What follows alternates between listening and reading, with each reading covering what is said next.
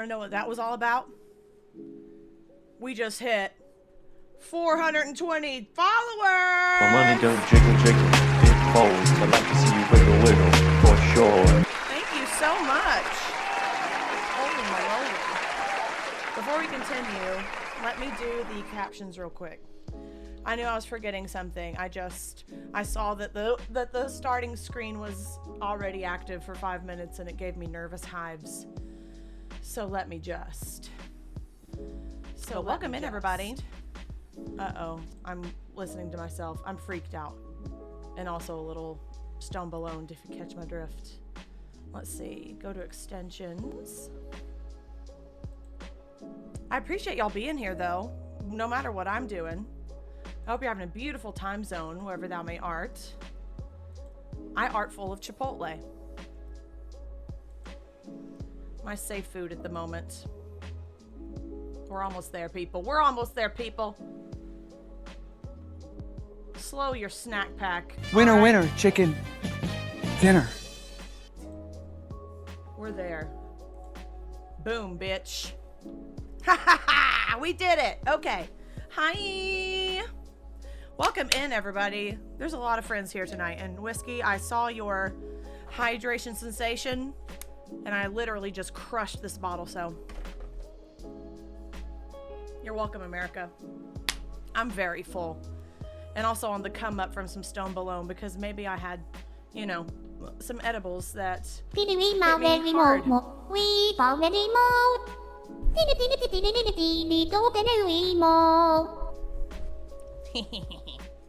I appreciate y'all being here. I really do. I didn't know what I was going to cover today until like 5 p.m.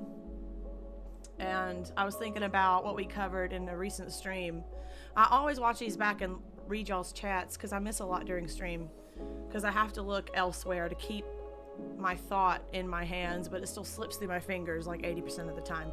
Kind of like it just did. Right. During one of our last streams, I think it was Whiskey or maybe Atlas. I can't remember who, but we were talking about hysteria, and someone had mentioned that a hysterectomy is when you get your uterus removed. And that made my brain go. Plus, it's, you know, Aunt Flo is in the building for me personally. So it's been on my mind today, right? And so I thought, you know what? I want to kind of dive into the history of hysteria and like, dude, the shit I found today made me so fucking... Oh! It just made me so this, okay? So I'm just going to tell you right now. It's going to make you mad if you have a singular soul hair in your body. This shit is outrageous, and I'm still trying to gather information about the Tulsa massacre of I can't remember if that, I think that was yes, it was 1921, and then the Wilmington massacre of 1898. I found the documentary last stream, Wilmington on Fire, and I reached out to the director of that documentary to get his permission to stream it on Twitch, just so we're covering all of our bases. I let him know that it's for fair use, educational purposes, like reaction, discussion purposes, let him know the background, what led me to cover it, like, let him know I'm not taking it lightly, and hopefully I'll get the thumbs up. So, at any rate, it just I haven't had enough time to compile like a presentation of sorts. I'm still working on that stuff.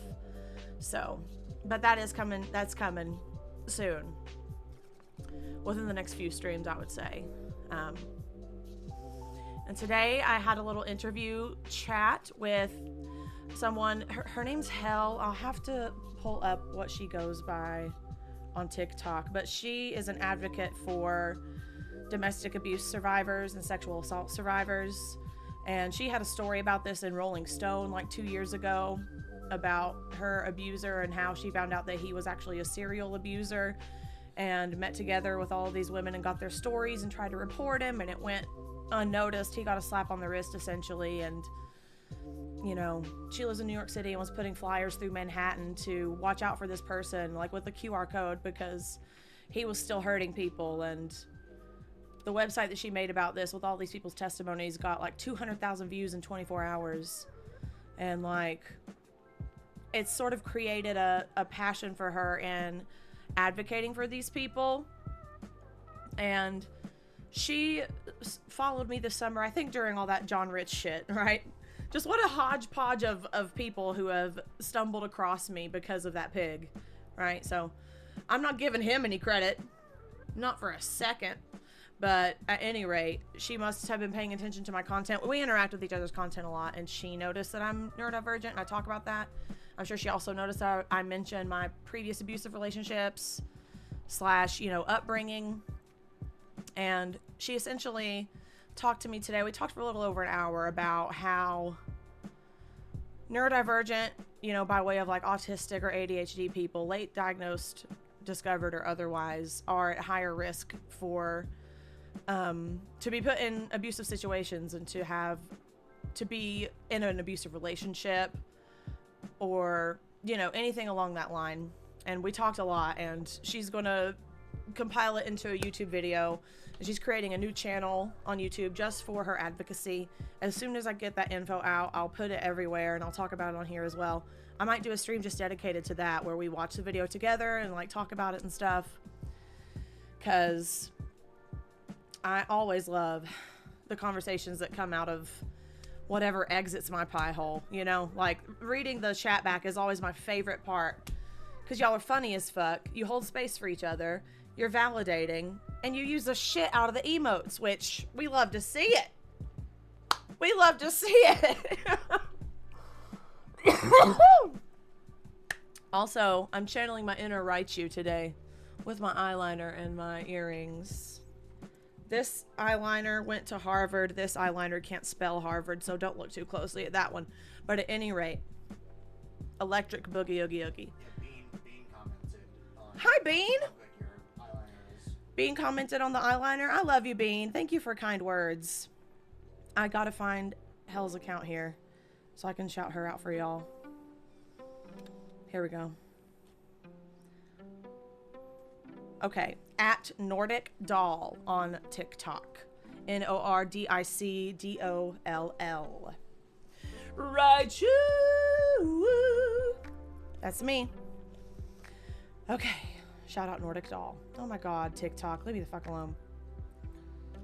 I can't believe Friday makes a year that I started TikTok. Oh my god, that's crazy.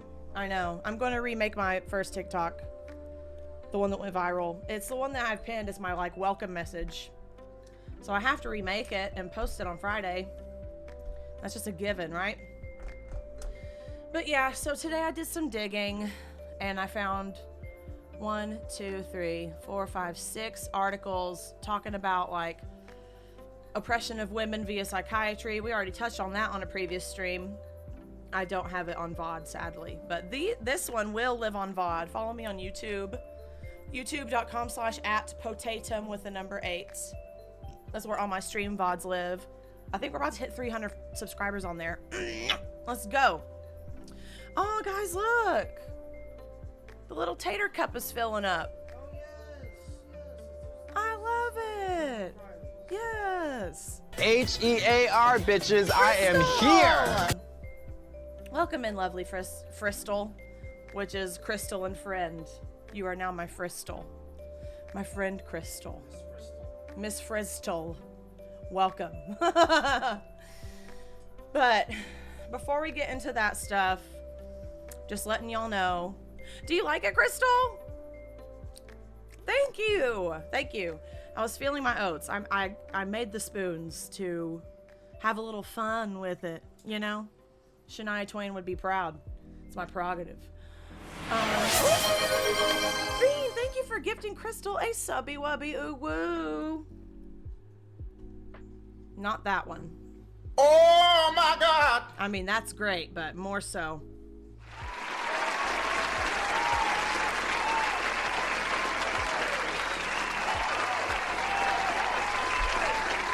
Look, a little shiny one in there. That's cool. I can't even tell what that is. That's trippy as fuck.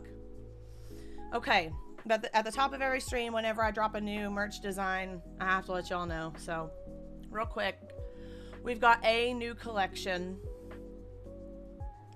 And I made 2 designs for it because why the fuck not?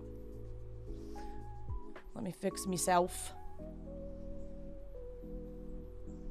Oh my god, figure it out, Tatum. Why does this look bad no matter what I do? Is it just me? Is there no hope? This will be fine. Okay. Merch break, merch break. The Glizzy Globler. The motherfucking glizzy globler, dude. So go to potatum.com and you'll find fucking just hundreds of shit at this point. I keep adding stuff. I can't stop. I don't know when to, I don't know how to, and I don't plan to. So this one's all the way on the bottom because language, you know, I want to give people a chance to not be slapped in the face with language, because if I put it in alphabetical order, it would be the literal first one on the page. And I am about that life, but maybe not out the gate. You know what I mean? Let people know that that's not necessarily how I'm going to greet you, but it will be included in the conversation. Okay, making my way downtown, scrolling fast. Merch is past and I'm homebound. Bye, bye, bye, bye, bye, bye, merch. Bye, merch, because the holidays are coming up and we're pressured to give gifts to people because of capitalism. Support a disabled creator today. Now I scrolled too far because I wasn't looking. Okay, here it is. Anti-capitalist cunt. Need I say more? I think PJ just said, I think you've said enough. I think this sums it the fuck up. But I've got 2 different ones. I've got a more robust design. Oh my god, it looks so fucking good on the sky blue. Can we just? With a little 3D smiley on the side, bitch. But we've also got just a more minimalist font. More subtle. That way you kind of have to squint to read it. So if you don't want to have the word cunt just on your shirt. Americans have a really weird relationship with that word. People in the UK use that word like just flippantly. So like I don't feel any type of way about it. You know? I used to, but I've been called worse. You know? Yeah, please. Is Mark Pellegrino of Pellegrino Water? Who is that? Because if it is, then he needs some of these. Okay, potatum.com. For all my fellow anti-capitalist cunty wunties. We've got hats, hoodies, sweatshirts, fucking mugs. You name it. Beans, greens, potatoes, tomatoes, ham, lamb, hog, moth, chicken, turkey. You name it. It's that time of year to eat all that fucking rich food and get sick. Yeah. All right. So that was the merch. So some of these articles kind of talk about the same stuff. So like if you see me skipping through, no you didn't. You're along for the ride this evening because that's what this is. Okay. It's what you signed up for. It's what you followed for. It's what you subscribed to. And I'm so sorry to tell you that. Word. All right. So I just Googled a bunch of shit relating to this. And so we're just going to cover it. So this is from The Atlantic. And this was crafted from Netflix. That doesn't mean it didn't happen, but like this source confuses me. A Rethink original for Netflix. I'm not sure if this is like a documentary mock-up or something. But it talks about Elizabeth Packard, who we talked about in that article, you know, many moons ago on a stream where we covered that in length. And how she was institutionalized for essentially just dissenting her husband for being a bad wife by saying the word no. You know, and she was locked up for literal years. And she had one of the more fortunate happy endings where she got out and got to go home. And I think she outlived her husband, so good on you, babes. But yes, this is a beautiful graphic, by the way. How Victorian women were oppressed through the use of psychiatry. Hold on. Is this like a plot or what? It references Alias Grace and Margaret Atwood's novel. So you know what? Maybe not this one. Because I don't want to tell y'all fictionalized content, because that's not really what we're fucking doing here, right? But, okay, there's still plenty of stuff about the same thing, so that's just one less thing for me to have to read out loud, which is great as well for me. All right, so let's get to this motherfucker. So, James Marion Sims is known as the father of modern gynecology. He lived from, I think, 1803 to 1883. 03 or 13 to 1883. And,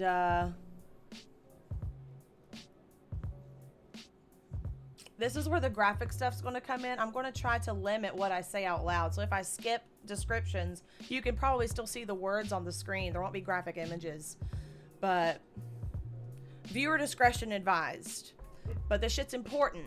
It's reality. It's history. It fucking happened. And, you know, uterus havers are still feeling the ramifications of this today. Today. Because when I tell you they still use 18th century farming equipment over at the gynecological office, I mean that. I mean that. I feel like Lightning McQueen. All the metal. So much metal. You know? People get vasectomies with laser technology. I'm being hollowed out like a pumpkin. We are not the same. You know? So anyway, let's talk about James Marion Asshole McGee Sims. Okay, this is from September 24th, 2020. Oh, it's from the Mutter Museum. I've been to, this is my favorite fucking place in the world. The Mutter Museum in Philadelphia is fucking gorgeous. It's like the medical, it's like the human body museum, right? They have all sorts of like exhibitions and people who donated their bodies to science and people with rare conditions who donated their bodies, and I saw a sliver of Einstein's brain. So that was cool. It was on a little plastic slide. But yeah, the Mutter Museum is just, I said no graphic images, and I don't know what's on their website. But that's who wrote this.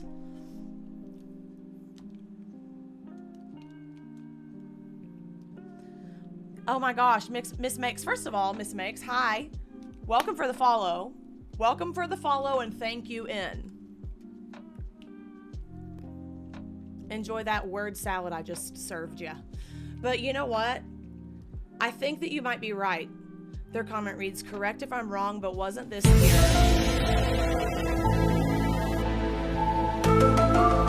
Hi, Nugget. Welcome in, my beautiful friend. Wasn't this year the first year where blood was used on period products? I noticed this year that the liquid used on like these pad commercials is no longer blue like it was for my entire fucking life. And it's not like blood either. It looks like, I don't know, it's kind of orangish, but I mean, it's better than blue. It's better than the brightest cobalt blue you could possibly imagine.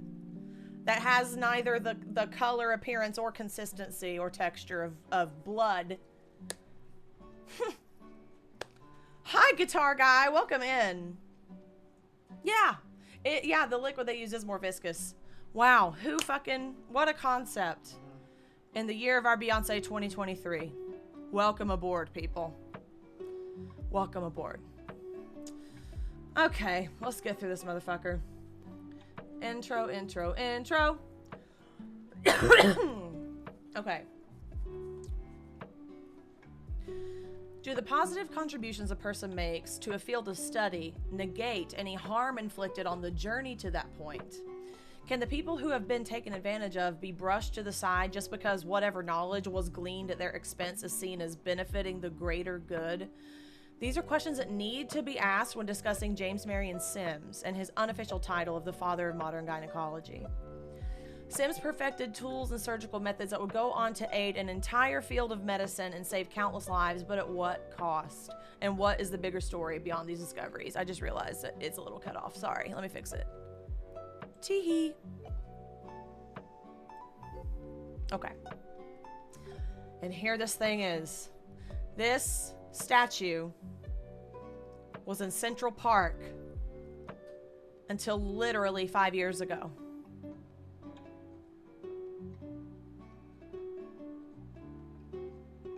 This guy was heralded in public until 5 years ago.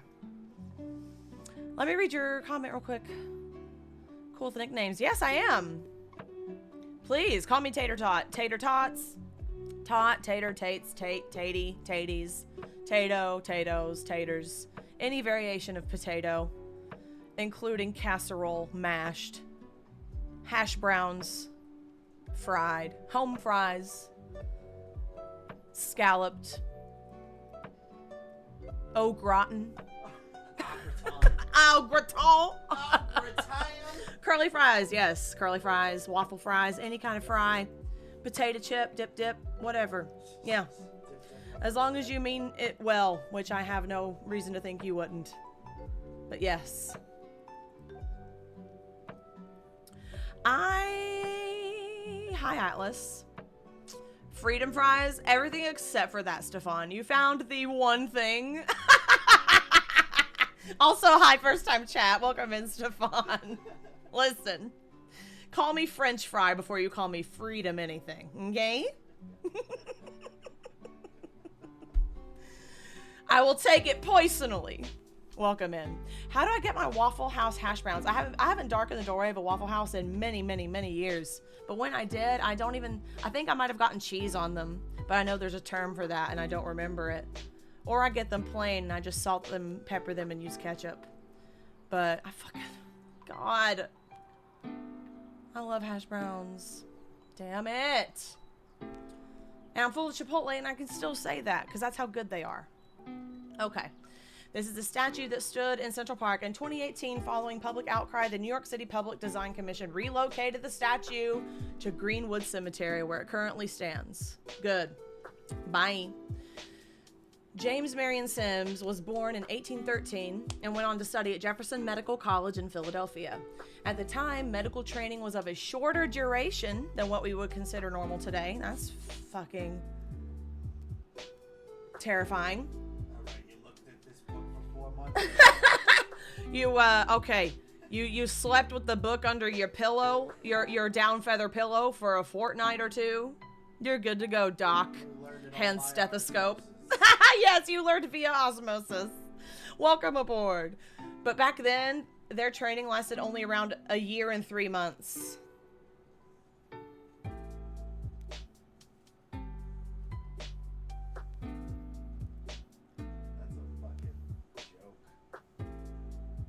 I just can't wrap my mind around that. I cannot wrap my fucking mind around that. That's all there was to learn. That's all there was to learn. It's like, yeah, listen, women, all right. Here's 2 things you gotta know about chicks. Broads. Am I right? They bleed and they cry. All right? That's all you need to know. Hey.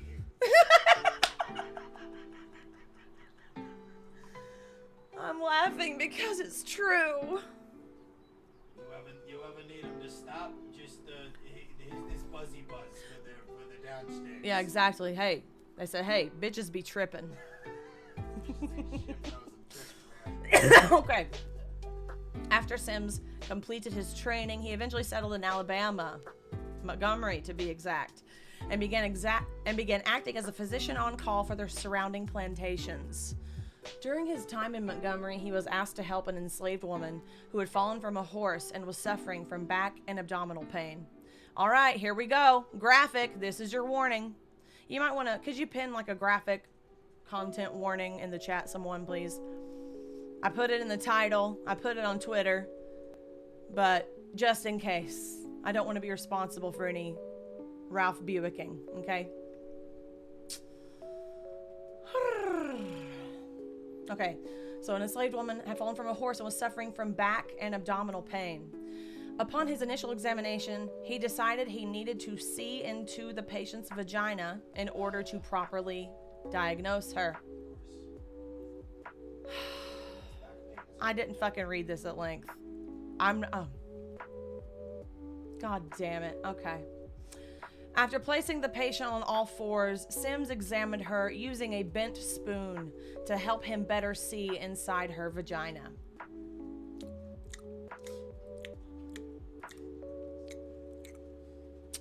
This led him to invent the precursor to the modern speculum. And we're only like one step past that. Full T. Full T. Goes in. You crank it apart. It goes like this. You have to go. You know Ben from Lost when he was in that room spinning that big fucking wheel? That's how they crank open that fucking speculum. Okay. Okay. Verbal. Here's your fucking warning. We're good. This patient was diagnosed with a vesicovaginal fistulae, which is a tear in the lining between the vagina and the bladder. Fucking ouch. With this discovery, Sims dedicated himself to the underdeveloped fields of gynecology and obstetrics. That's a difficult word for me. That's a big word for Elmo. In search for a surgical cure for vesicovaginal fistulae. That sounds like a spell. From 1845 to 1849, Sims attempted to solve the problem of vesicovaginal fistulae using approximately 12 enslaved women that had been...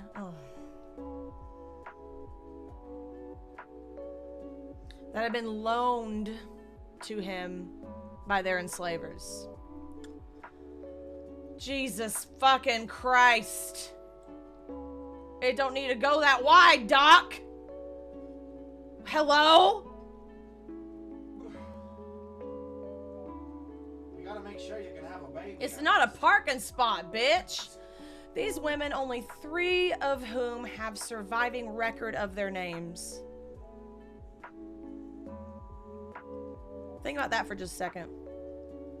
How much history is fucking erased. I can't. That in and of itself is infuriating. 3 of these women developed the same condition after a particularly traumatic childbirth experience. The only 3 people's names that we know are Betsy, Lucy, and Anarcha, I believe is how it's pronounced. It's very likely that these 3 women all wanted this condition repaired. It was painful and unpleasant, and liquids were, you know, mixing and such, and it was very unhygienic. Infections were happening, just like fucking misery, right? And these women were often ostracized from their communities because of just the extent of the horrors that they were going through with their bodies. And this is where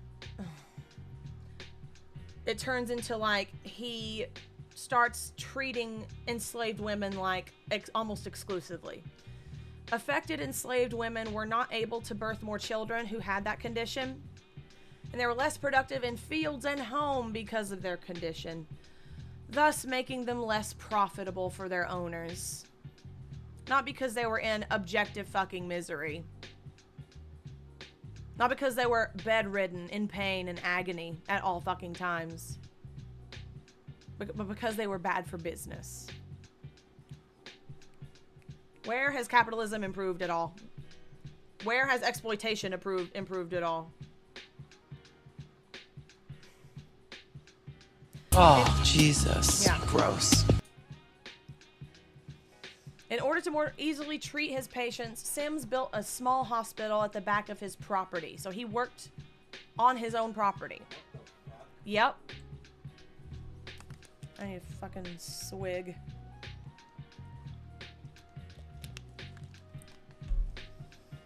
Alright. I'm sorry if y'all are eating. I'm sorry. I hope you're not squeamish. Love you the most. During the 4 years Sims spent perfecting his surgical technique to The giant repair- horse cock weighs over 11 pounds. Ay, ay, ay. Oh, it does. It does. To repair VVF, he subjected these enslaved women to numerous experimental surgeries, each with minimal healing time between them, according to his own journals. Sims operated on Anarcha 30 times before declaring her healed. Bruh.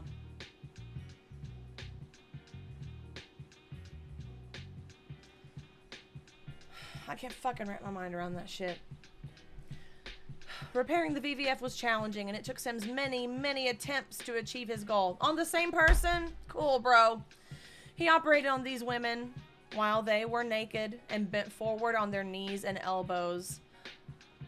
A pose known today as a Sims position. They named it after the motherfucker. Hello? The use of anesthesia was in its infancy when he began this VVF surgical experimentation. And despite the fact that the efficacy, meaning the efficiency, the potency of anesthesia was beginning to emerge in medical circles of the time, Sims never administered any during these surgeries.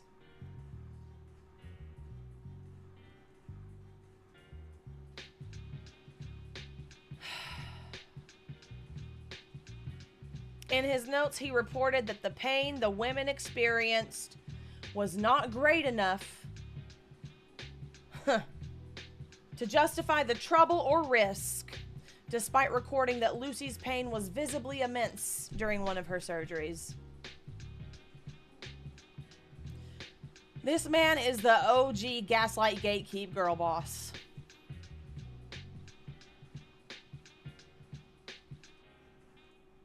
You know, since we're in this realm of conversation tonight, a few streams back, I shared with you my experience when I received an abortion right before Roe v. Wade got overturned. And it was a medical procedure because it was extremely, extremely early. It was right at 6 weeks. Like, literally, I was 1 day late, 2 at most. Like, so I was early enough to take the pill from home. And I felt so fucking invalidated because that experience was some of the most life-altering pain, if not the most life-altering physical pain I've ever been in my life. Once your body reaches new heights or new depths like that, it's nothing short of shocking. And you know what they gave me to combat that pain? 5 milligrams of narco.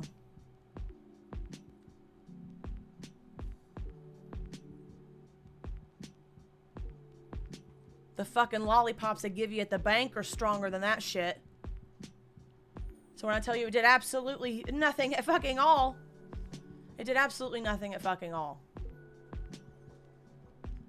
And I understand and I'm aware of the opioid crisis that exists in this country. However, that medicine exists for reasons. And I would think that a life-altering, earth-shattering amount of pain would be one of those fucking reasons, Doc. But no. Bro. I don't know if that would have helped any pain. I don't know if that would have helped like one of my worst migraines. It was such a tiny fucking pill. And another banger that they love to recommend for cramps is Tylenol, Advil, acetaminophen, ibuprofen. Women's pain has not been believed ever since there have been men around to not believe us. And we still see it today.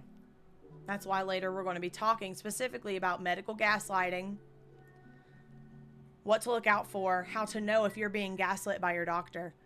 Because if you're in there by yourself and it's just you and a person with a stethoscope walking around like they got a cock all the way to the ground, telling you what you're getting wrong about your own fucking body, it's difficult to advocate for yourself in those moments.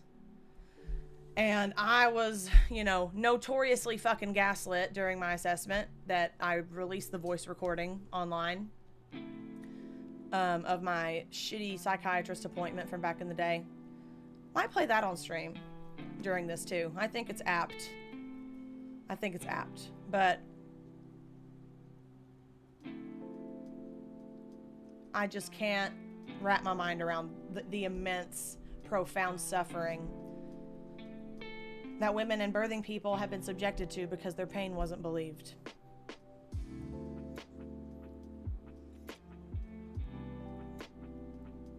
Fucking hell. This is an illustration of Dr. Fuckface right here, Dr. Sims, and this is Anarka, the woman that he operated on more than 30 times. Let me read some of y'all's chat before we continue. Yeah, bitch, I'm hot under the collar right now. I'm not even going to lie to you. Reminder to the Americans, thank you, Waba. You are legally protected to be given an advocate to be with you at appointments, and you can also request a new one and make sure your needs are heard. I didn't even know that shit. Thank you, Waba. Thank you. Are they called just like a health advocate? How does one go about, like, what are the first couple of steps if someone wants to ask? Is it something they would ask like at their check-in? Are places legally required to have a person on the premises? Like, can it be just anybody? Like, you know. Yeah, that definitely need to know a little bit more about that. Great stuff, though. Oh, a femme complaining of intense abdominal pain and who's worried about endometriosis. It's probably BPD. Here's an Advil. That sounds like it could have been taken from any appointment of any person I've ever heard of that has endometriosis. And also at a glance, I thought Advil was devil. And in my mind, it's probably BPD or she's the devil. Let's burn her at the stake. I mean, where's the lie? You can ask at the front desk for a health advocate. All doctors' offices are legally required to provide an advocate if one is asked for. Waba's going to do some digging for us. Thank you, Waba. Wobster. The realist. Let me take a fucking water swig. This is so fucked up, dude. I didn't read all the way through these. I skimmed, you know, and was like, okay, this is credible enough, like College of Physicians, New York Times, whatever, like, but my God, I didn't read the particulars. Okay. J. Marion Sims did eventually develop a successful method to close VVF, thanks to the sacrifices of these enslaved women that he used to refine it. All without surgery or anesthesia during surgery. Invasive surgery.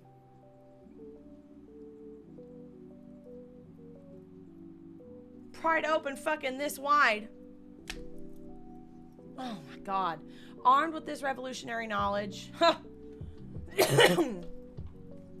Cut to trail of blood left behind him in his wake, and misery and probably death and suffering. He moved to New York City and opened a women's hospital to treat other, of course, predominantly white, women afflicted with VVF. The problems VVF present have largely been solved in much of the world, but because of the stigma associated with women's bodies and their sexual health, VVF can go unacknowledged and untreated in some poor rural areas. Which tracks? We talked about last time, I couldn't think of the term for it, but I thought of it between now and then. Maternity deserts, in which after Roe was overturned on June 24th, 2022, I believe it was either 13 or 16 states that had trigger laws that outlawed abortion immediately. And the next step down from that was like they were going to outlaw it within a certain amount of days, like 60 days, 30 days, 90 days. And the people, all or most of these states, mind you, unsurprisingly, were in the South, in the deep South. And Mississippi in particular at one point, I don't know if that's still the case, I haven't read up on it, but at one point there were no operating gynecologists or obstetricians in the state of Mississippi. They all fucking left.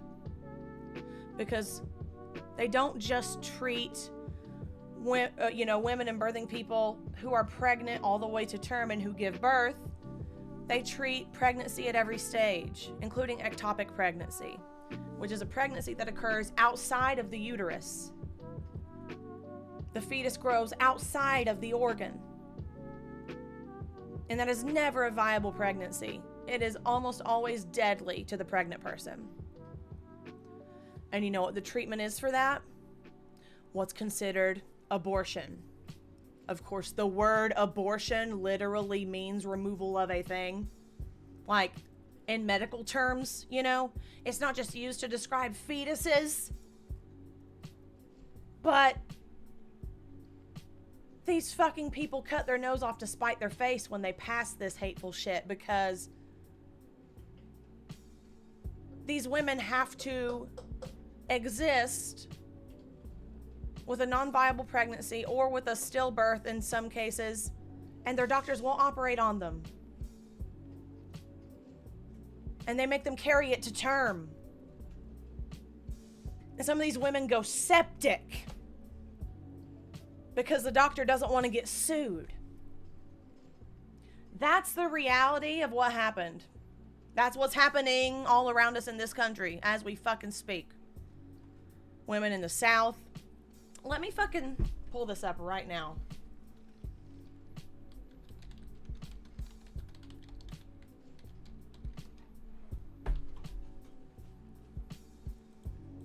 This is from November of this year.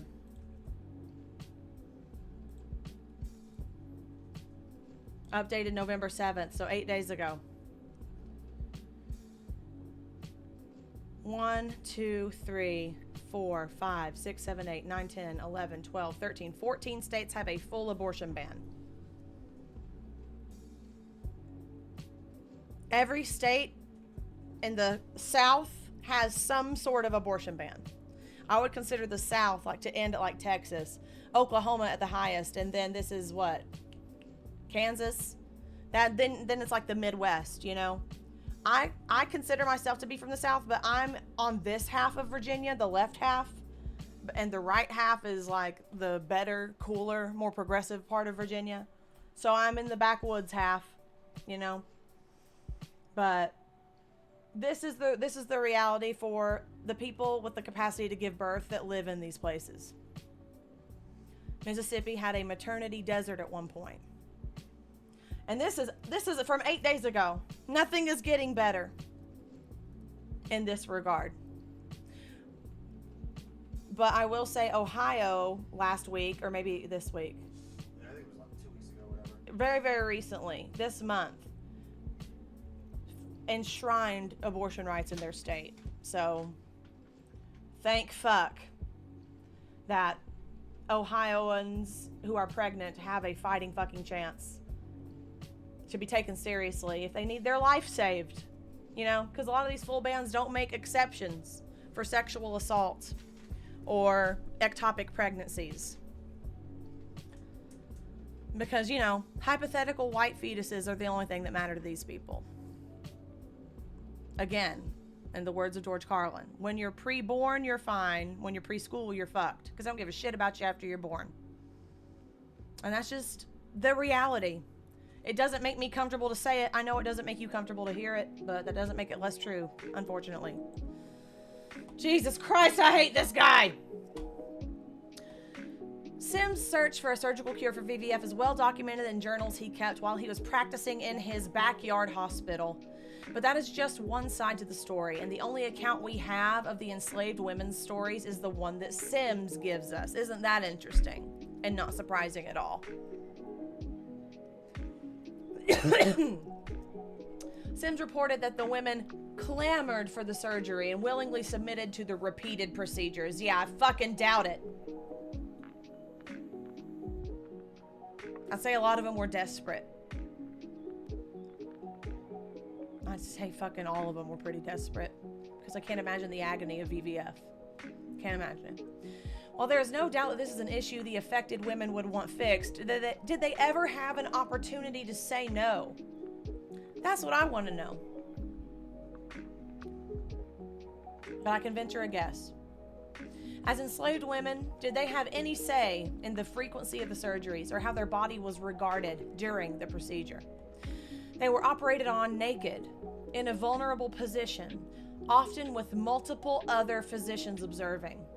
During this time in medical history, the common belief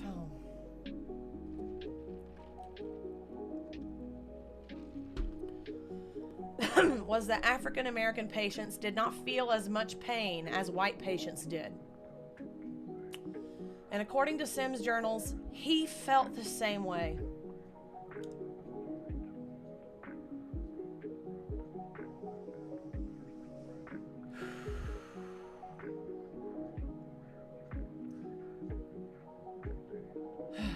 Reportedly, Sims favored quick surgeries to lessen blood loss, and that was one reason he preferred to not use anesthesia, even after it was introduced.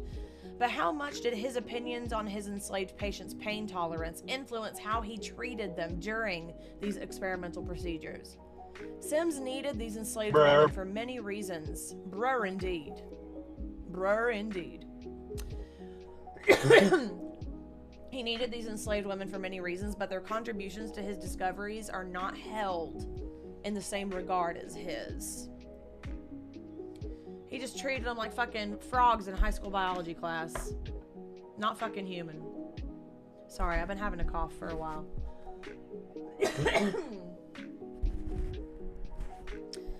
Not only were they the subjects of these surgeries, they also stepped in. Oh my God!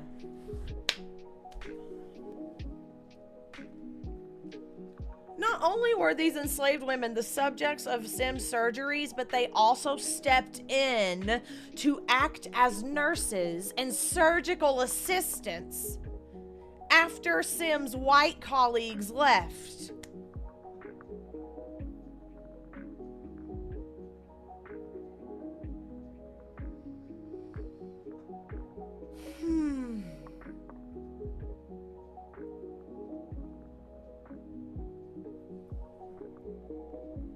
What?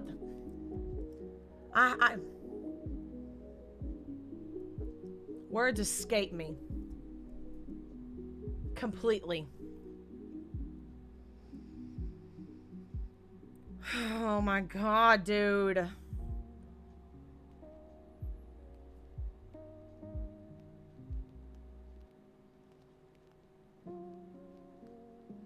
Not the white women he operated on either. Just the black ones. They were trained in a respected career that required specialized knowledge, but were only able to benefit from this in a very limited way. AKA, they weren't fucking getting paid. Are you kidding me? Are you kidding me? They were still healing from surgery.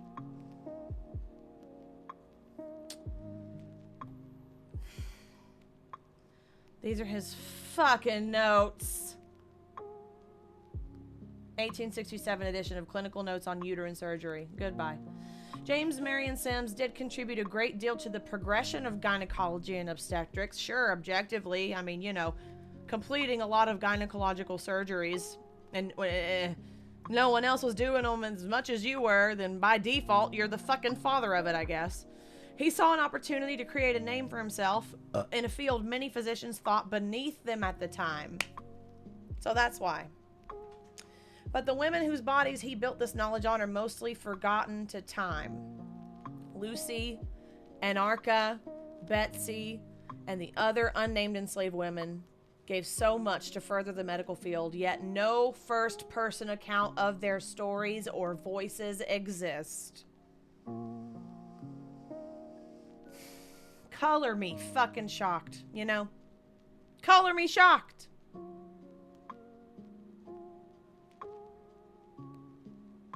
And then my question becomes, did they document these experiences at all and then just throw them away, or were they not even cared about enough to be documented in the first place? I'm thinking the latter. If Sims is considered the father of modern gynecology, should they not be considered the mothers of modern gynecology? Sims may deserve recognition for the advancements he made possible, but the sacrifices and bravery of his enslaved patients deserve it as well. Jesus Christ. If you want to read more on this stuff, these are the sources from this article on the screen. Bitch.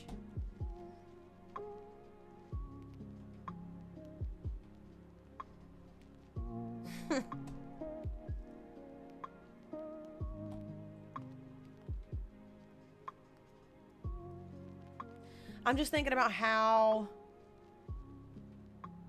much further we still have to go.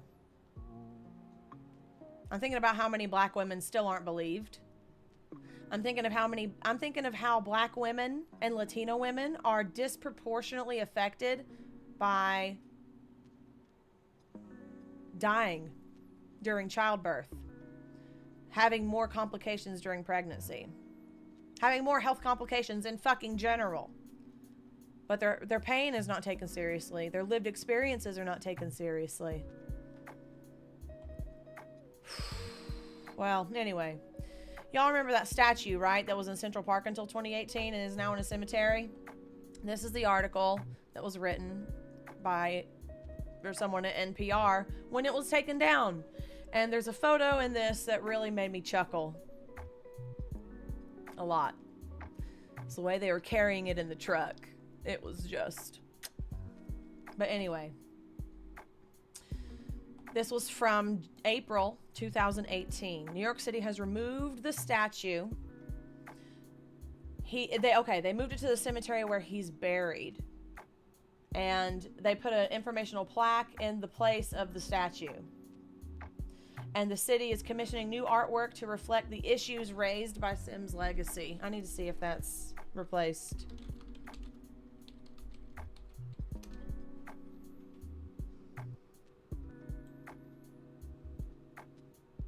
So that thing is still there, but just the physical statue is not, and there's nothing there in its place. J. Marion Sims. Statue, NYC, 2023.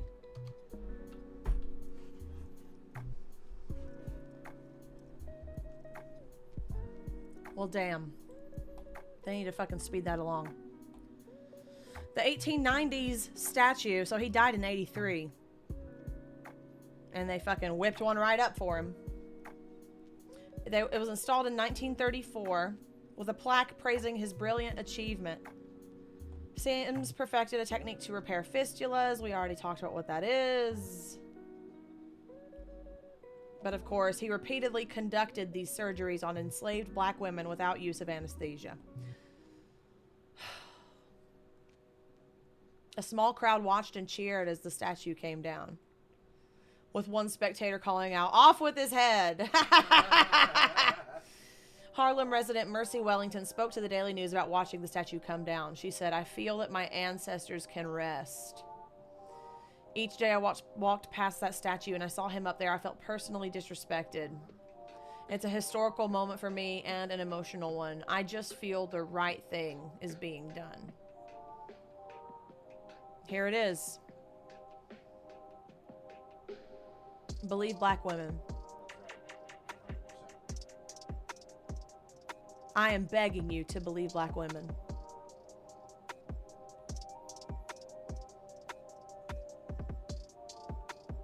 Period. Okay, we already read about, this, but someone who's a physician and medical historian at George Washington University said that the women that he operated on, these women were property. These women could not consent. These women also had value to the slaveholders for production and reproduction, how much work they could do in the field, how many enslaved children they could produce. And by having these fistulas, they could not continue with childbirth and also have difficulty working. Okay. Oh, he wrote an autobiography about himself? Of course he fucking did. Oh, is it here? Is this the whole fucking thing?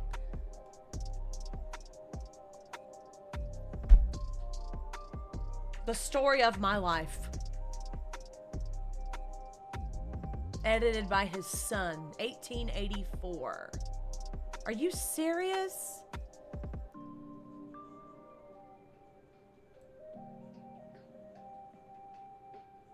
Archive.org, if you want to read this.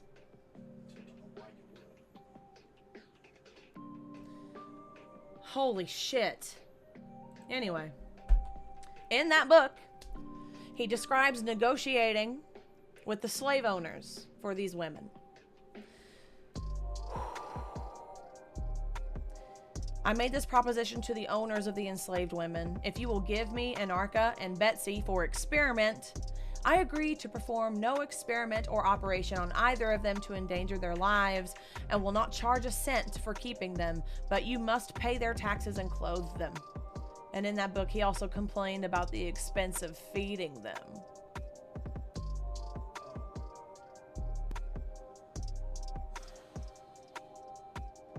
So that's cool.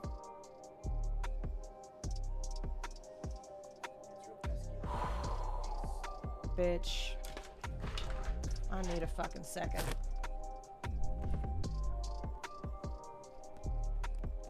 Okay.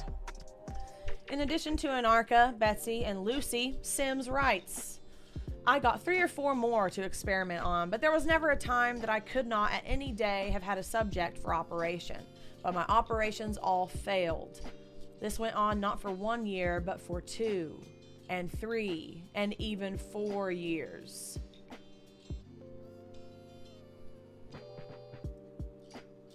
The surgeries, which were repeated again and again on the same women, 30 on Anarcha, were painful. Sims wrote in his autobiography of the results of one stupid thing, quote unquote, that he tested. Lucy's agony was extreme. She was much prostrated, and I thought she was going to die.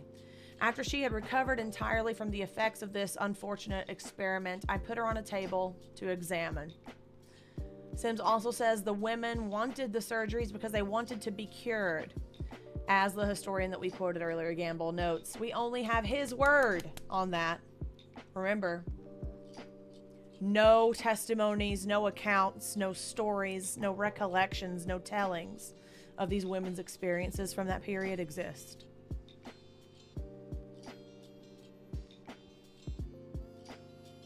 He's got a fucking statue in Central Park.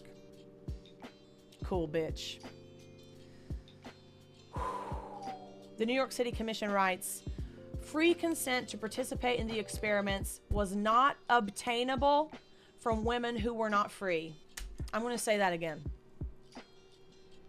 Free consent to participate in these medical experiments without anesthesia over and over and fucking over again was not obtainable from women who were not free.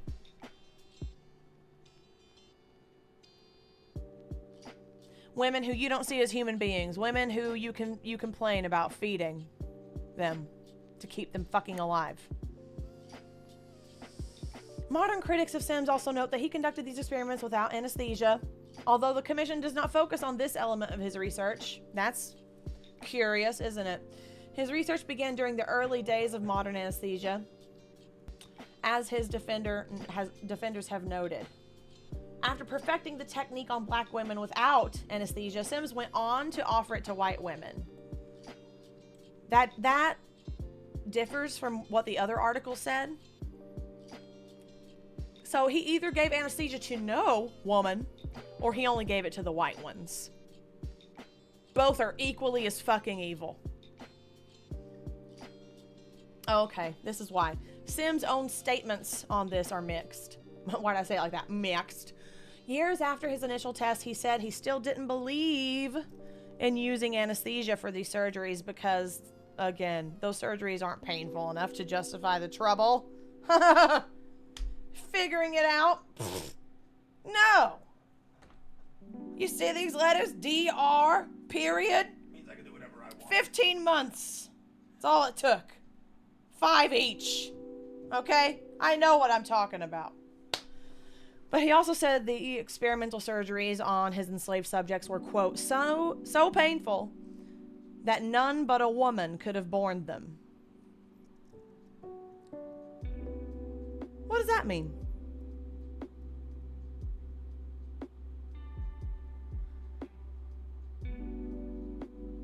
None but a woman could have borne them.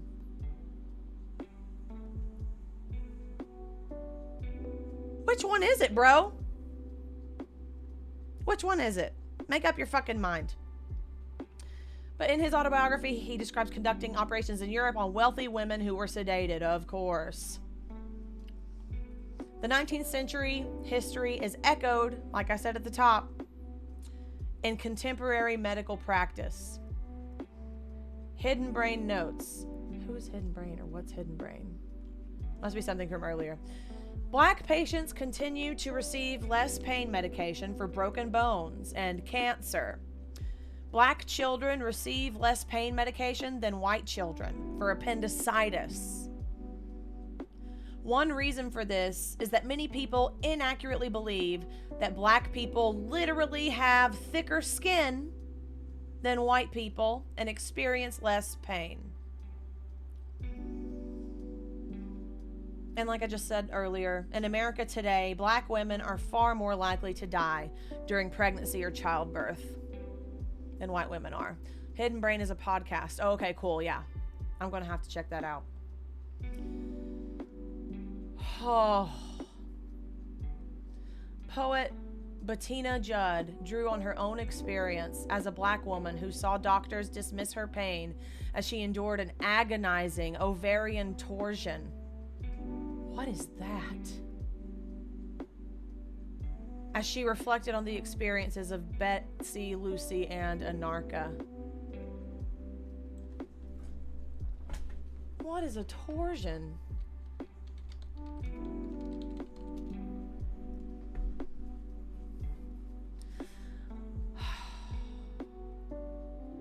An uncommon but serious condition. Ovarian my mouth wanted to say contortion, so torsion is sort of contortion. Occurs when the ovary and sometimes fallopian tube twist on the tissues that support them, and it cuts off blood supply to the ovary, which can cause extreme pain and organ death. Jesus H. Okay, so that's the experience that this poet is drawing from. She shared several poems with Hidden Brain. Check that podcast out, including Betsy Invents the Speculum. Betsy Invents the Speculum. This is a quote from his autobiography, so originally titled The Story of My Life. Introducing the bent handle of the spoon, I saw everything as no man had ever seen before. Cool. Just another frontier to conquer. Right, Jim? Jesus Christ. Here's a piece of the poem. I have bent in other ways to open the body, make space. Sims invents the speculum. I invent the wincing. The if you must of it. The looking away. The here of discovery. Jesus Christ. I'm like dissociating and can't fucking... I almost skipped the picture that made me laugh, and I have to just... Can we just appreciate how the statue is being transported? It is just too good.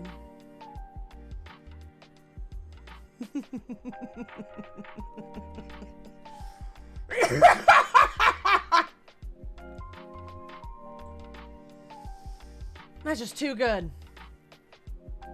Should have stayed like that.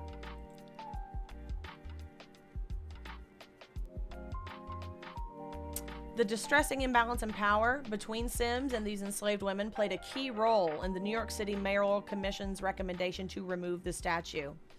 The group considered more than 800 other monuments, statues, and markers, and Sims is the only one it overwhelmingly advised relocating. Good. Good. The commission laid out its reasoning in a lengthy report.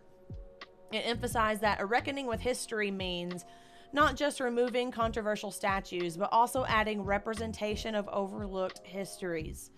In some cases, monuments could be improved by recontextualization to provide more information about the historical figure depicted.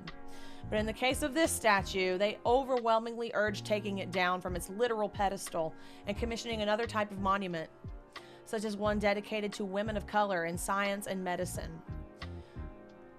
There is no question about the abuse of the women he experimented on, the commission wrote. And yet, in the statue's pose and the is that a typo? I don't know. Prose on its plaque, there is no ambiguity to the monument's glorification, right? It's like it hails him as a fucking hero. It is a literal monument. Jesus. In addition, the surrounding neighborhood of East Harlem and El Barrio largely consists of communities of color that have been asking that the statue be taken down for decades. It was put up in 1934, mind you. Dude, I haven't been to New York. I've been to New York like 5 times, all within like a handful of years for like auditions and stuff and random things. And I haven't been back to New York City since the statue was taken down. It was still up in Central Park. I visited Central Park in 2017. I don't remember if I saw that statue or not.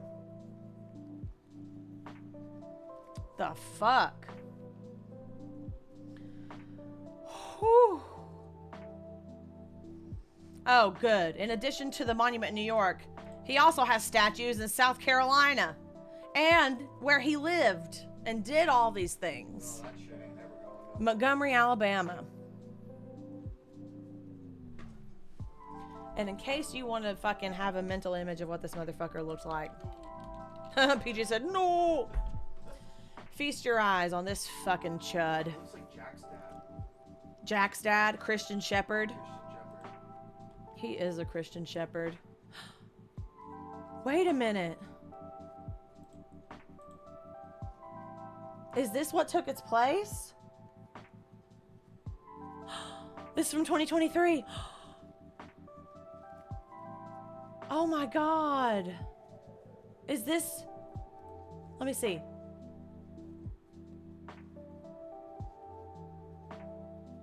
I'm looking to see if this is it.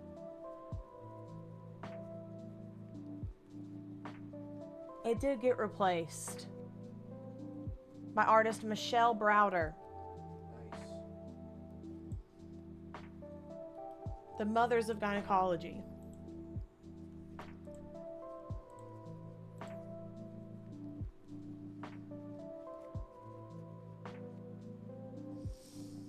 I'm so fucking glad, dude.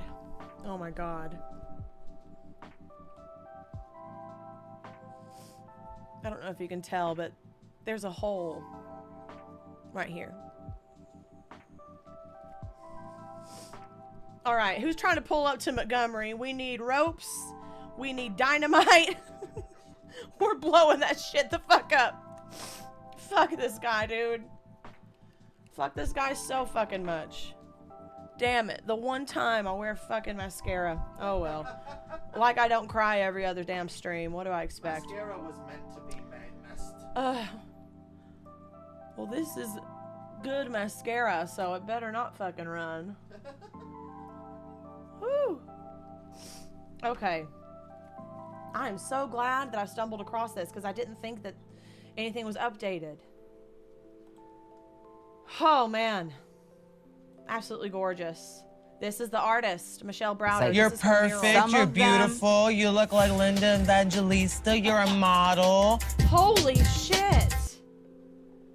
This mural. Oh my God, yeah, that's the... This woman is a force of nature. We're going to read this article. Look at this mural. Yes.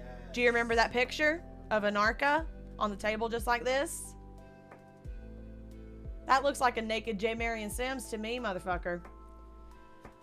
Oh, okay. Okay. That has big office space printer vibes. Yes, it does. Artist Michelle Browder is among many urging the re-examination of Sims, of course. He was celebrated throughout most of the 20th century. Oh, good. Oh, good. He was elected president of the American Medical Association in 1876. We needed that. Oh. Critics have called him a butcher, whose work is comparable to what Nazis did during World War II. Others have defended him, and many textbooks have referred to him as the father of gynecology. Miss Browder has used art to reframe the debate and draw attention to the black women who are frequently subjected to his experimentation. Her Mothers of Gynecology exhibit names Anarcha, Betsy, and Lucy, enslaved black women who endured these medical experiments. And here they are. Absolutely gorgeous. The next time I make my way up to New York City, I'm making a point to visit this. In Central Park, I think. I'm gonna have to double check on the location. That's where the original one was. Beep boop boop bop. Beep boop boop beep bop bop. Beep boop boop beep bop boop bop. Beep boop boop beep boop bop. Historians are now taking a more critical view of Sims. Fucking 100 and some years too late, guys. Hello? That's because all the historians that agree with him are finally dying off. Exactly. His statue in New York was removed in 2018. New research has disclosed that Sims's commitment to preserving slavery motivated him to spy for the Confederacy during the Civil War. Oh wow. Just in case you knew where he fucking fell on the spectrum. And surprising absolutely no one. Exactly. Surprising absolutely no one. He maintained deeply racist views even after the war. Miss Browder has continued to invert the imagery associated with this legacy. Her latest work reconceives that drawing. And here it is. Absolutely fantastic. Here we go. Here we fucking go. Michelle Browder, this artist, has now acquired Sims's 19th century medical office in Montgomery, Alabama. That property is hers now. And she hopes to advance maternal health with new services, education, and programming. Scholars are also rewriting the history of Sims with new biographies, research, and insights. In a nation where black babies die at over twice the rate of white babies, I want to say that again.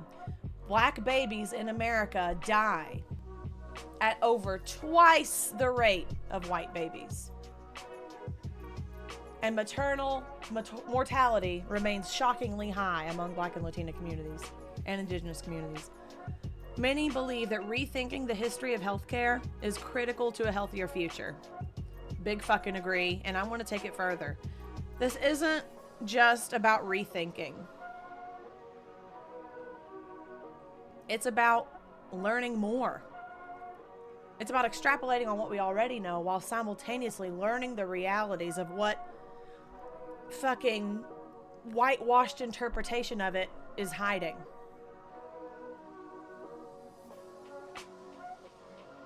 Art, shakack, Yes. boom. Oh, shakack, art. Did somebody mention art? Yes. Oh my God, this is so fantastic. This is so fantastic. October 26, 2022. Look.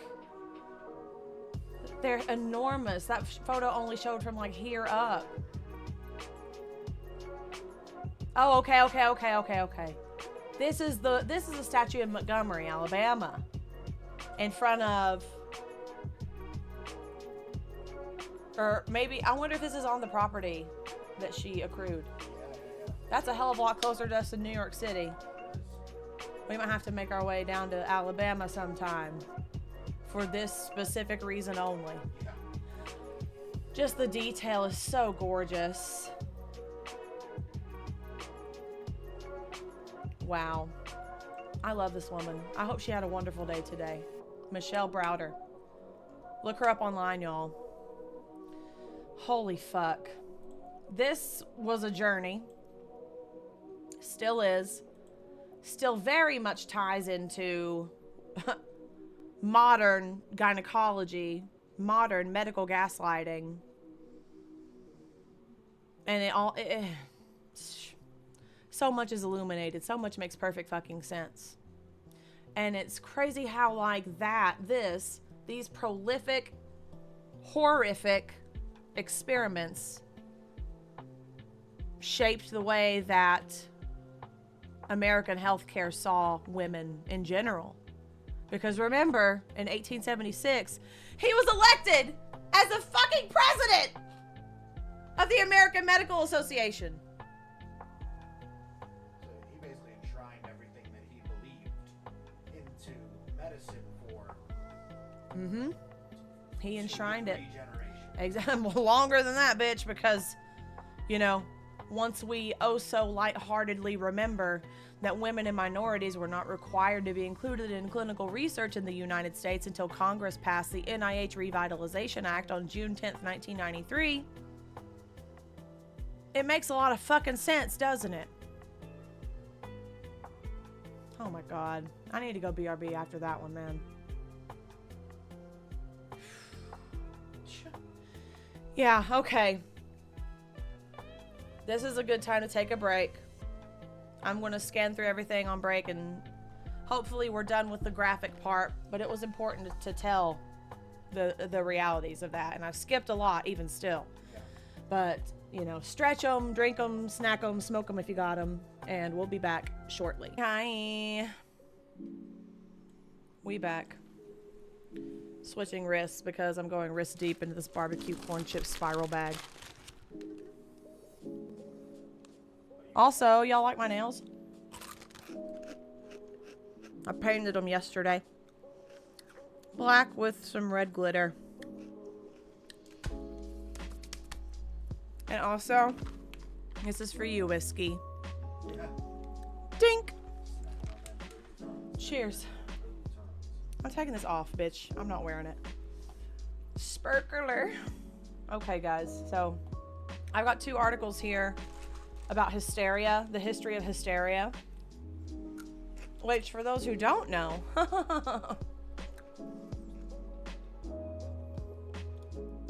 just prepare yourself for just more sexist fuckery, you know what I mean? Okay. IYKYK. Yes, Waba. These are the actual space buttons tonight. Yes, on tonight. I had to give a verbal description of space buns earlier. And I was like, middle part, messy buns on either side of head. Curly, unruly, cunty, what have you. Okay, let's go. I tried to find more recent articles. This is from charliehealth.com, which I've never heard of in my life. But hey, it's clinically reviewed by a man named Don. But still, you know. Let's talk about hysteria, which used to be a real diagnosable medical condition, or people used to be diagnosed with this in lieu of literally anything else. And when I tell you, your mind is going to be blown when you find out what year this was removed from the DSM. Now, I know a lot of us are autistic and curious and have itchy palms. I urge you to not look it up. No one spoil it in the chat or you'll get a timeout. But here we go. The history of hysteria. I want y'all to guess in the chat when hysteria was removed from the DSM. The DSM is the Diagnostic Manual for Mental Health Disorders. Okay? No spoilsies. Hysteria has been a widespread phenomenon in women since ancient Egypt. Learn more about the history and its evolution through the years. Now, I don't know what kind of spin these articles are going to have on it. I don't know if they're going to say, oh, it's not hysteria now, it's somatic disorder or dissociation disorder. Like, I don't know if they just replaced it with something else. You know, it's highly contended that a lot of, you know, women, femmes, and non-binary people are diagnosed with borderline personality disorder when the doctor doesn't know what else to do with you. And that's not to say that borderline personality disorder does not exist. It's to say that doctors use that particular label in a pathologizing way, in a way to label the patient difficult, essentially. I'm speaking from experience here, people. It's been haunting my chart since that 4 to 6 minute visit in 2018 in which I was diagnosed incorrectly with BPD. Due to my environment, I was in constant fight or flight. I was in constant survival mode, and I was constantly looking back on it in overload mode, meltdown mode, shutdown mode. And once I left that environment, you know, I didn't exhibit any of the quote unquote BPD traits that would garner me that sort of diagnosis. That's not to say that autistic people can't have BPD. I'm still learning more about it myself. Just because I was misdiagnosed with it, does that mean it doesn't exist? Absolutely not. And that's not at all what I'm trying to say here. And I don't take it lightly at all. But it is important to realize just how much harder it is for women, femmes, and non-binary folks to be taken seriously at the fucking doctor. Here we go. Did you know there used to be a condition that medical professionals used to essentially blame on simply having a uterus? And in many cases, the treatment was sex and orgasms. Enter hysteria, an old diagnosis involving a variety of physical and mental health symptoms, ranging from emotional outbursts to amnesia to seizures to paralysis. For a long time, it was only thought to affect women. Men were quick to label women as hysterical if they exhibited anything out of the norm regarding their behavior, mental health, or physical symptoms. Remember Elizabeth Packard? She told her husband no. He responded by having her institutionalized. Fuck you. Here's what you need to know about what hysteria is, the history of which, and the modern iterations of what used to be defined as hysteria. Okay. What is hysteria? The idea of hysteria has been around for a long time. Throughout that time, as different physicians worldwide weighed in, many different definitions and symptoms arose. Hysteria, in a way, became an umbrella diagnosis for various symptoms, and hysterical became a way to describe a woman who was viewed as too emotional or dramatic.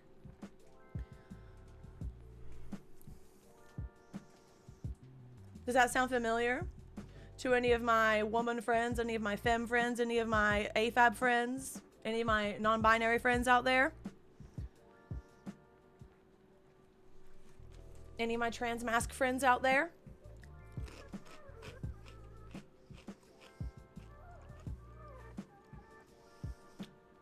Whew.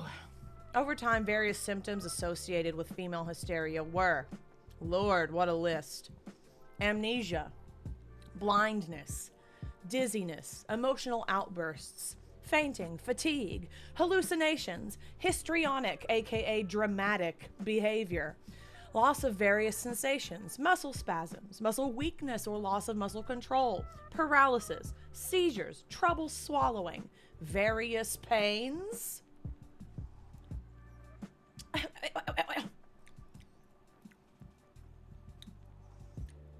That covers a lot of ground. Women are just too expensive and fucking not worth it to figure out. All right, here we fucking go.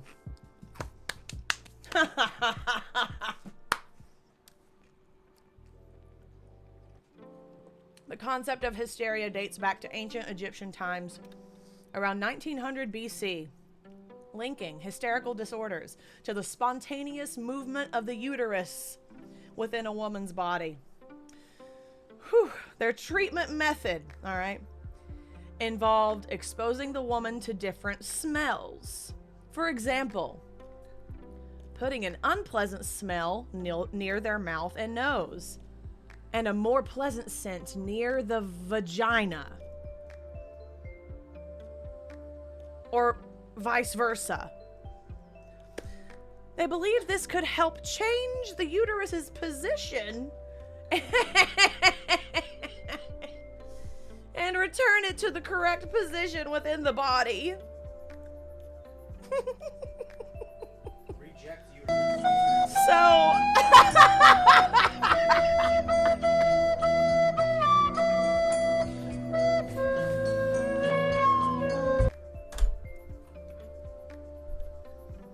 you can't be serious, bruv.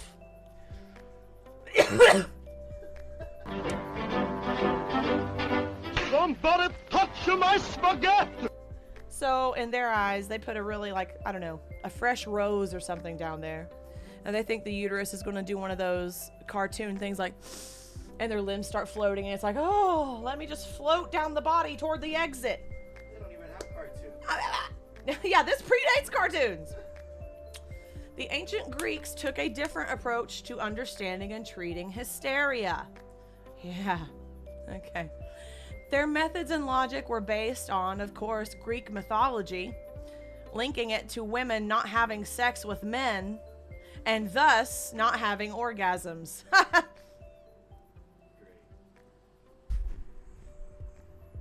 Who wants to tell them?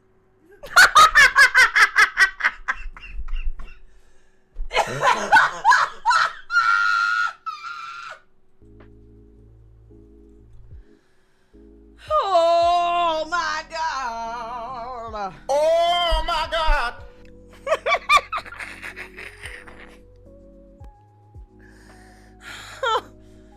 Okay, it gets better, it gets better, it gets worse.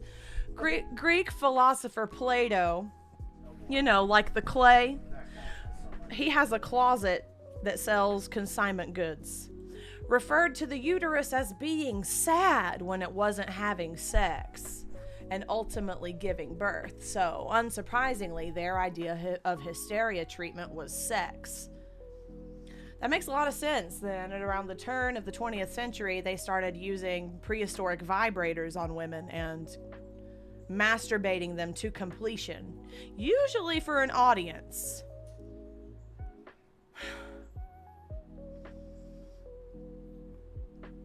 Speaking of audience, hey, we're here. This is the realm. This is where we're talking here. We're going there. We've still got the graphic warning. I'm not going to get gross on you, but I'm talking about real shit, you know? So I was on some form of birth control from the time I was literally 16 years old because my periods have been kicking my ass for 21 years. It'll be 21 years in January. Only had 11 years of padless bliss, right?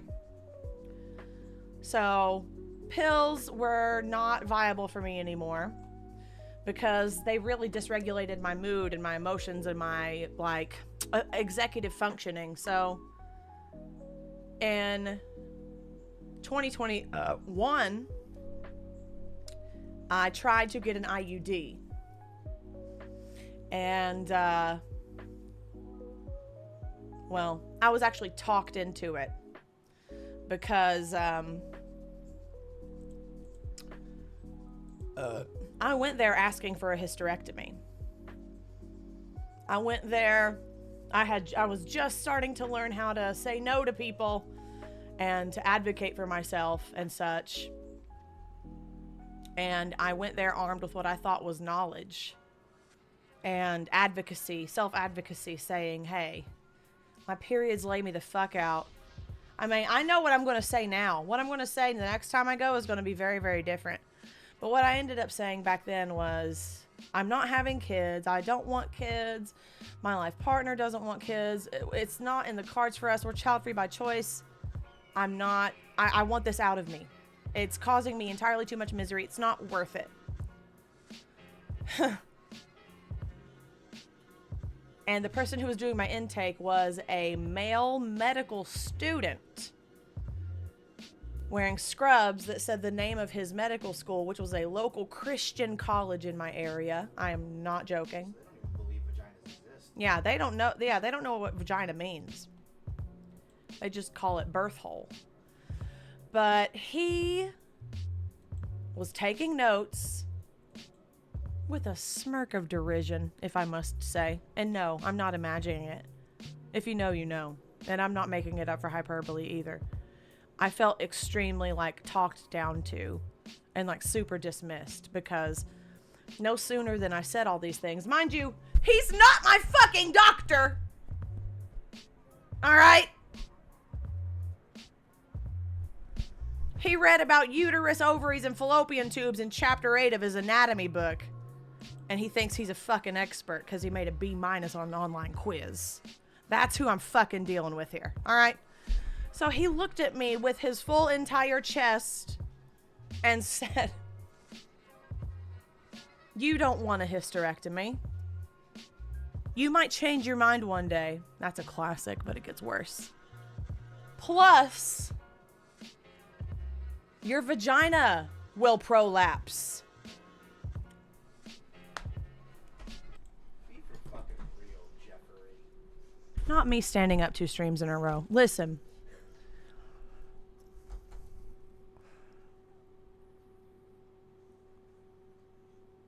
I have replayed this interaction in my head so many fucking times. And what I wish I would have done was throw my head back fucking. Get the fuck out of here, bitch. Bring me my doctor, please. The adults need to talk. Like, I would have totally just thrown it back in his fucking face. Because, excuse me, Justin?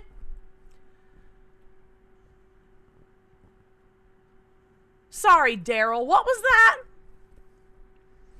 Where do you get this information? Do you even believe it? Or did you hear the rarest case scenario that could result from a hysterectomy and make that your entire fucking talking point for it? To advocate against it. Good night, Miss Makes. Thank you for being here. And thank you again for the follow. Holy shit. Holy shit. All right, so anyway. My doctor came in there. Jesus. Yeah. Gross. Agree. She came in there and she said, have you tried an IUD yet? And I said, no, that's honestly the only thing I haven't tried as far as contraceptives go that are comfortable and suitable and accessible for me.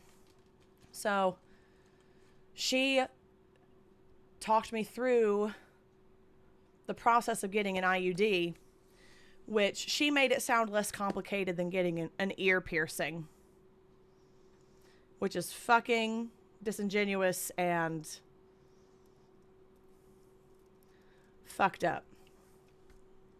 So she talked me into it. And I went back like a month later or so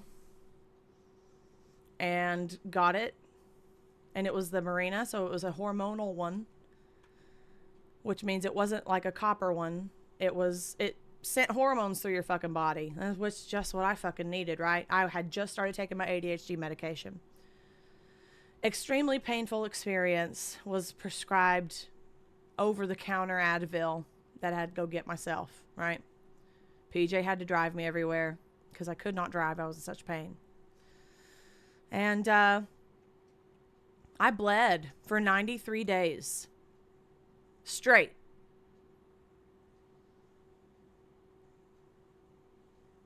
And it rendered my ADHD meds entirely fucking useless. I mean, I'm talking like Tic Tac level. Pointless. Right? And she was so nice and sweet and patient and soft-spoken with me when she was talking me into getting it. But when I came back 3.5 short months later and saying, I am objectively miserable, I have not stopped bleeding, I can't do this. I have ADHD.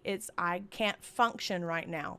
It really fucked me up in terms of executive functioning and, I can't even put into words how upside down I was for that period of time. And her tone with me completely fucking changed. I remember her being like, why? Why do you want it removed? Like, how dare you even want that? So, I feel like if this had been maybe 3 years earlier, she would have talked me into fucking keeping it. That's how much of a people pleaser I was. And I don't know if the bitch got commission on them or what, but I still don't understand that to this day. Ugh.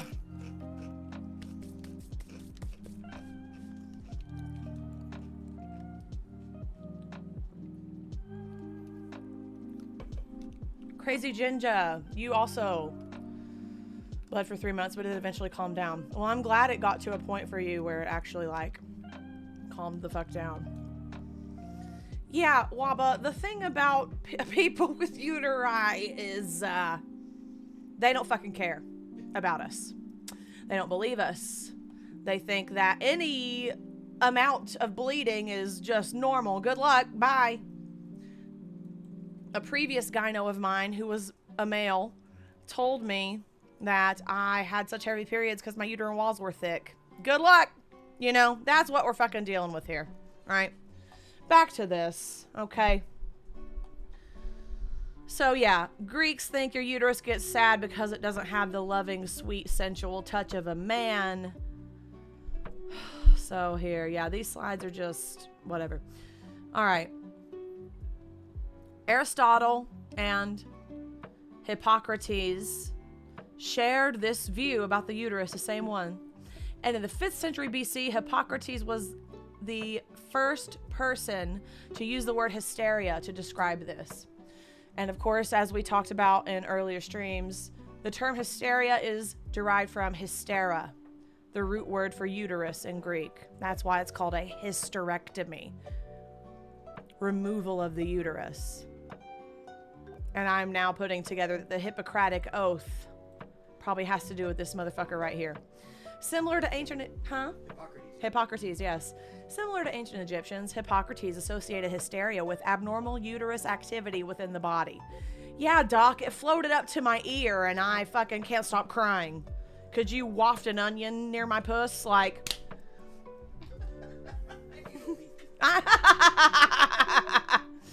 He went a step further, saying that when a woman isn't having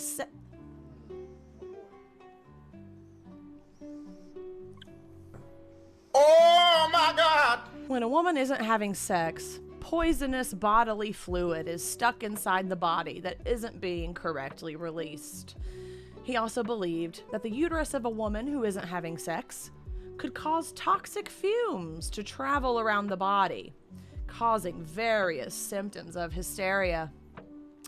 Treatment involved sex, of course, within marriage only. Otherwise, you're a whore. And the utilization of different smells placed near the nose and vagina. Similar to what the Egyptians were doing. No, God! No, God, please, no! No! No! No! Right near the Virginia. Right in the vagina model. Right in my Virginia wolf. Newer theories surrounding female hysteria occurred in the 1600s when Thomas Willis, oh, he sounds like a winner, an English doctor who was a pioneer in anatomy, I bet he was, suggested that hysteria was of cerebral origin and not due to the uterus. However, most continued attributing hysteria to a woman's uterus and sex life, or lack thereof. Okay. And then we get French with it. Further... Oh no. That's not gonna be good. Oh no, it is Freud. Fuck.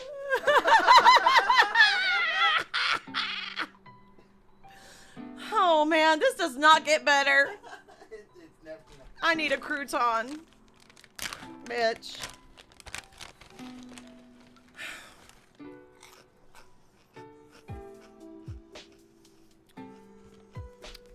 Alright. Further developments, as if these even were, occurred during the Victorian era. In the late 1800s, Jean-Martin Charcot, often referred to as the French father of neurology, was interested in researching female hysteria in a more modern and scientific way. Oh, that was Flair. He too believed hysteria was not linked to the uterus, instead saying related to the nervous system. He noted that men could experience hysteria as well. And I'm guessing then and only then they started taking it fucking seriously. Okay, here we fucking go. One of Jean-Martin Charcot's students was Sigmund Freud. Thunderclap. And if you don't know about Sigmund Freud, I'm going to have to do a stream just dedicated on just this guy. If you don't know about Sigmund Freud, you're lucky. Yeah, if you don't know about the nightmarish beliefs of this man, be blessed, but not for much longer. I will be covering this on a future stream. But anyway, he's a pioneer in modern psychology, don't you know? He researched the psychological aspects of hysteria, even male hysteria. He coined the term hysterical conversion, which referred to how unpleasant memories, read trauma, could manifest themselves or convert into physical symptoms. He also worked alongside Austrian physician Josef Breuer to further research hysteria.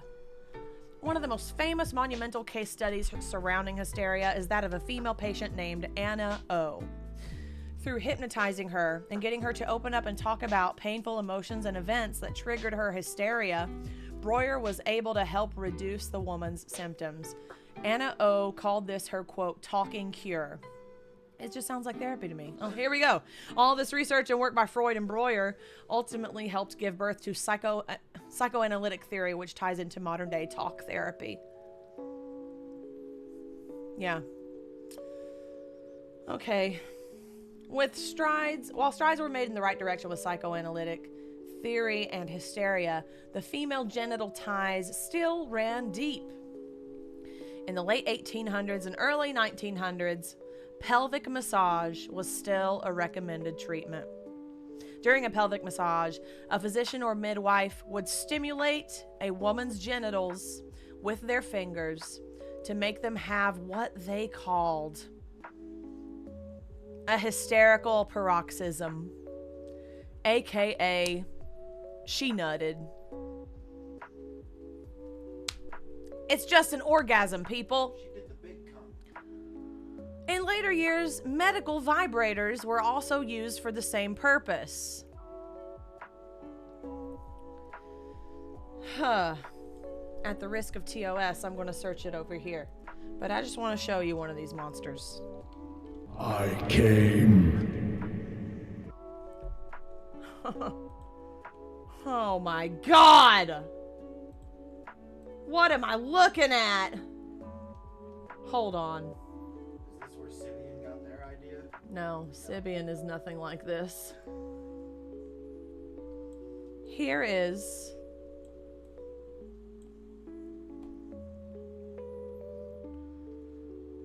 step up to the mic, DJ Puss. This is from 1909. Fun fact about vibrators. In ancient Egypt, it was said that Cleopatra made a vibrator out of a hollow, either like a hollow fruit or something like that, a hollow container of some sort, and bees. Literal living bees. Yeah, it's a genital grater, so to speak. Fucking horrific. Yeah, I had to do the alliteration thing, you know. Is there hysteria today? So I know you've already probably seen it. For those of you who were guessing what year hysteria left the DSM. Thankfully, today hysteria is a defunct diagnosis.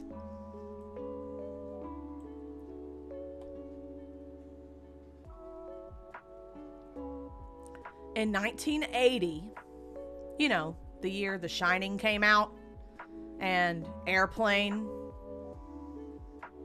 hysterical neurosis was finally officially removed from the DSM-5. 43 years ago.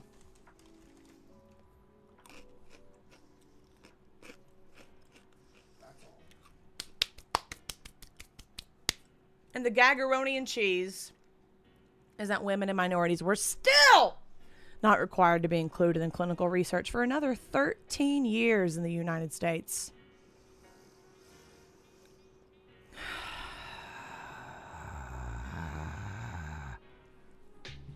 Cool. Instead, a modern diagnosis of conversion disorder was included. Interesting. One of the best parts, no mention of a uterus being the root cause. Wow, that's a giant step for uterus kind, isn't it? Okay. Conversion disorder. I'm interested to learn more about this right here. Here are a few conditions that are much more understood today, which can affect both men and women and have legitimate treatments. No pelvic massages necessary. Aww. I was wanting to go to the gyno and get my nut on, bro. And have it covered by insurance. Cheap government insurance. Conversion disorder is also known as functional neurological symptom disorder. It occurs when someone has various unexplained neurological symptoms that don't have a medical cause. Often it is linked to emotional trauma, significant stressors, and mental health conditions. Still sounds pretty vague to me, TBH. Let's read some of these symptoms. Seizures not related to epilepsy. Disruption to the senses, such as sight, smell, hearing, taste, or touch. Fatigue. Would you mind throwing me the toast? Throwing you the toast? Yeah. Oh, the toast. Look, guys, by the way, these are our cones of shame for the cats. This one's a plush tangerine, but we got 2 more. We have a pear that is somewhere, and then we have a piece of toast. It's on Vicky. Who's about to get toasted? Fleur. Flurb? Yeah. Toast! Oh my god, bitch. Fatigue. Unexplained pains and muscle tension, muscle spasms, tremors, or twitches, weak muscles or paralysis of muscles, dizziness, fainting, and difficulty swallowing. Interestingly, in many cases of conversion disorder, the person is not mentally distressed or too worried about these symptoms. This is still extremely sus to me. I'm sorry. Because I'm thinking of all of the CFS, people with CFS, chronic fatigue syndrome, that are falling through the cracks because they're getting misdiagnosed with this shit. And then they talk about somatic symptom disorder, as in psychosomatic.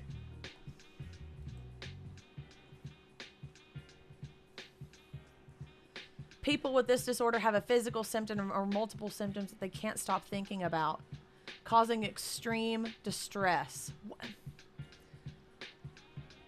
Symptoms vary from person to person, but some examples are shortness of breath, fatigue, pain, or weakness. In many cases, these symptoms are not related to an actual medical condition. Well, not if you fucking don't take them seriously. I'm giving this some bombastic side eye right now. The person's response is considered disproportionate when the symptoms are linked to a mental health condition. Some mental signs include extreme worry about the symptoms, being afraid that the symptoms are dangerous and indicate a serious condition, not trusting past medical evaluations, checking repeatedly for body abnormalities or other symptoms, going to many doctor's appointments but not getting peace of mind from them. NGL, guys, this sounds a little gaslighty to me. This is teetering a line of sorts for me. Yeah, I see it. I agree. Because, yeah, right? Because, like, if hysteria is because has uterus, and that was, you know, in the DSM until my parents had been married for 3 years, and it just got replaced with this shit. It's like, okay, well, it's not the uterus's fault, but she just doesn't trust medical professionals when they tell her things. Did my former psychiatrist write this? Yeah, check what Mama said. Hypochondriac disorder, yeah. 99 times out of 100, it's an actual medical condition. They just haven't figured it out yet. Well, it's not in my book that was printed, written by, and for white men, so you must be wrong.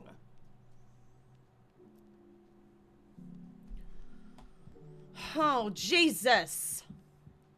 Okay, dissociate. What? I was gonna say, doctors admit they're wrong challenge. Doctors admit they're wrong challenge. Impossible. Other diagnoses linked to what was once called hysteria are dissociative disorders. 3 types of dissociative disorders are dissociative amnesia. Someone with this disorder has trouble with their memory. It's different from simple forgetfulness. Instead, they can't remember certain information about themselves, a specific event, or even a whole period, especially if linked to trauma. The amnesia can be super brief, lasting for minutes, or more chronic, lasting for months. Dissociative identity disorder, DID. This is the current term for multiple personality disorder. I don't like how they worded that.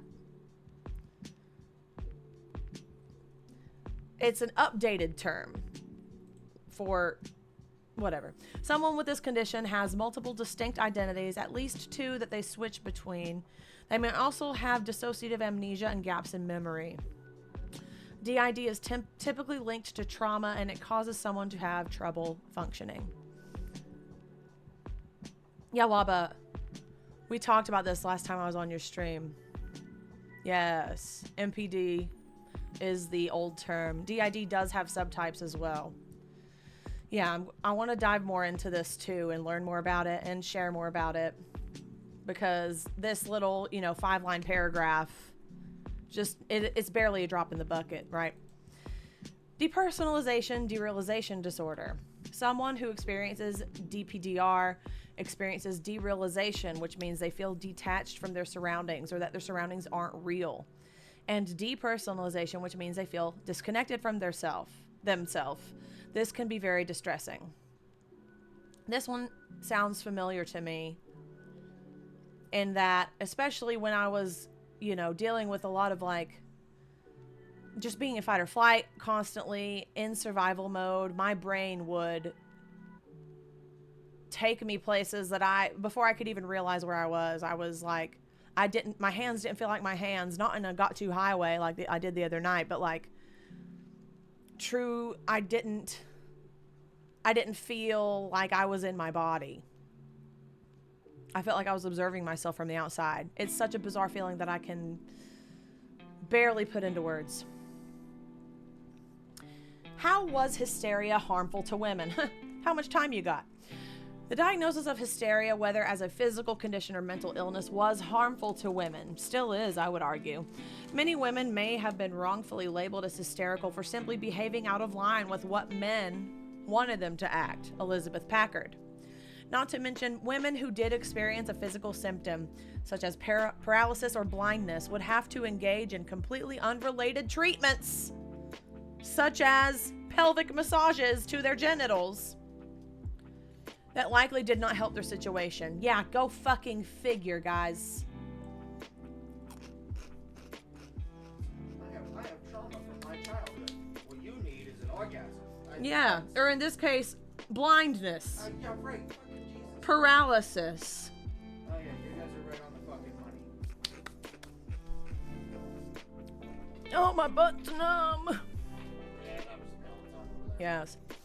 Hysteria has a very early instance of medical bias and sexism by society and doctors against women. Imagine going to the doctor with a problem and them telling you that you just needed to get married and have sex. Women who had genuine symptoms couldn't get the help or treatment they needed. Sound familiar? And how? Hysteria is a prime example of women not being taken seriously as patients, which unfortunately still happens a lot today, whether regarding physical or mental illness. And again, Black, Latina, and Indigenous women are far more likely to be on the receiving end of such gaslighting and dismissal. That doesn't mean that white women don't experience it. I've experienced it in spades, but it more disproportionately affects Black, Brown, and Indigenous communities. Although we've made considerable strides in the medical and mental health field, gender bias is still very much a thing this day and age. Women are unfair victims of medical gaslighting, where physicians may dismiss their concerns and treat them differently than a male patient. Hopefully, as time goes on, medical gaslighting will become increasingly rare and all women can get the care they deserve. Ay, ay, ay. Oh, thank you, Bean. Stretch me. Help me. Help me, I'm needing stretches. No. Sometimes. Oh, sometimes I get a good stretch in, yeah. Okay. Oh. I went to college with a guy who'd get real drunk and stand behind people and crack their necks for them, like chiropractor style, which is a farce in and of itself that I won't get into right now. But oh my fucking god, no heart emoji. Never let him do that to me. Because it looked scary. Okay. Now, this article covers some things that the other one didn't. So I more so want to cover that. So I'm going to be skipping around because it talks about the DSM. It being in the DSM till 1980. I learned that this afternoon at about 5:30 p.m. looking this shit up. So, it all makes sense. It all makes sense. I need a hit. It's legal in my state, therefore it's legal on my stream. Huh. Do not come for me. Do not come for me.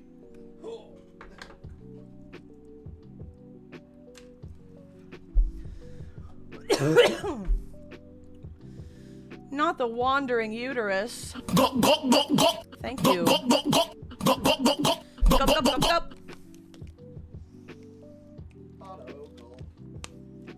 Okay, Greek physician Celsus.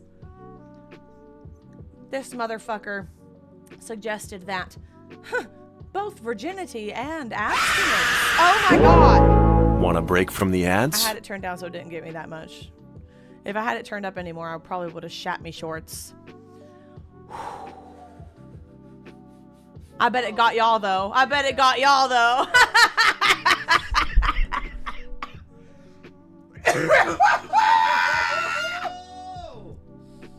Y'all get pranked for a change. I know, me too. But I'm going to turn. That's all the way up now. Be nice to me. I'm scared. Okay. Yeah. We read about that. Yeah. Sigmund Freud. Fuck that guy. Breuer. Talk therapy. Carl Jung. Oh, yeah, that guy. Need sucky now, mommy. Mommy's milk. I've talked about him before, but I can't remember what capacity. Was it in that other article, maybe? Carl Jung, the socialist? Question mark. Shadow work. That's what it was. Sure, shadow work. That's right. Wow, all these dudes are fucking. They knew each other. That's crazy, dude.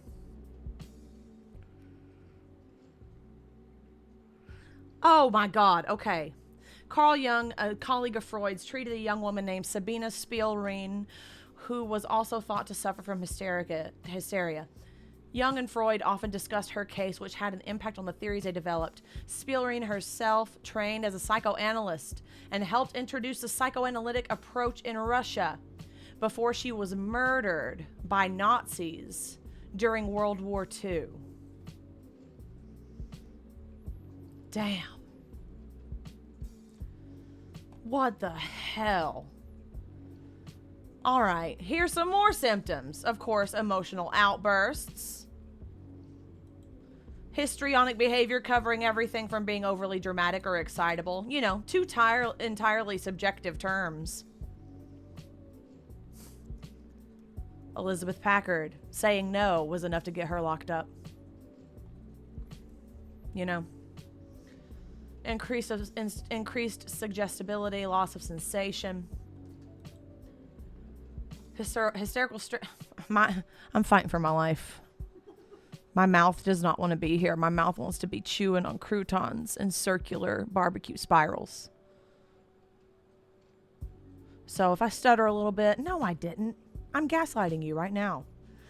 Being in a sort of trance, amnesia, paralysis, fainting, epileptic-like seizures. Did I already say seizures? No.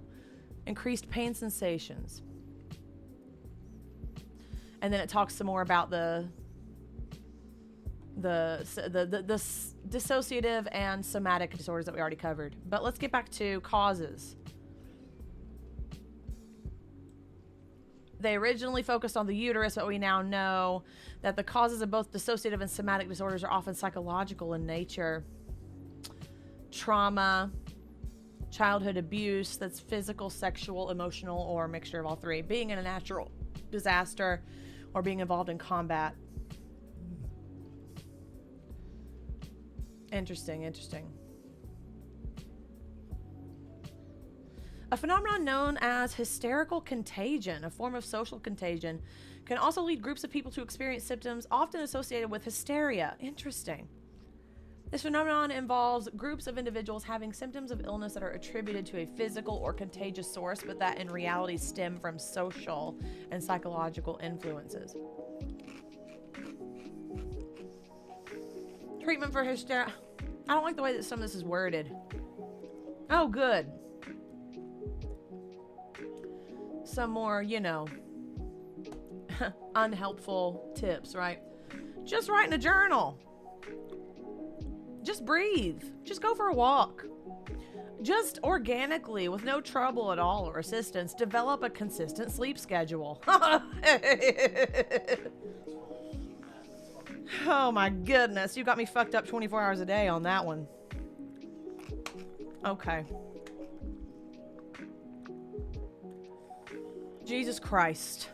What a sordid history that isn't much better, right?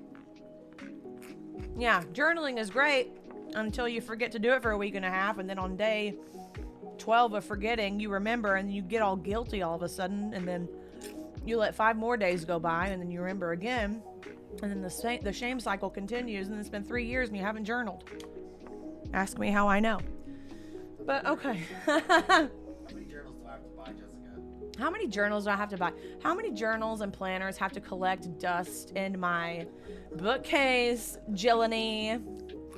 Okay. The last one we're going to cover for tonight. Like, you're perfect. You're beautiful. You look like Linda Evangelista. You're a model. But anyway, I'm going to die. Ugh. If I die, it was these. Sponsor me. Sponsor my funeral. Okay. Time to go to archive.ph. Not sponsored. Avoid a paywall with archive.ph. Use simply Control-C, the link, and then in this big old red box, you Control and you V, and you hit enter, or you click it. Okay. We're here. Now, why is it doing this? Why isn't it? Let's see. Zoom out a little. That might help. Ah! I'm dealing with 2 monitors, y'all. You know, it is what it is. Now I can't see some of my chat. Let me try to fix that. No, that didn't fix it. I know. Jesus Christ. I'm sorry. Okay, listen. Here we go. Now, I remember when this came out. July of last year, because I still have it saved on my phone, this exact article with this exact screenshot of list of how to spot when you are being gaslit by a doctor. And I'm gonna go ahead and pull up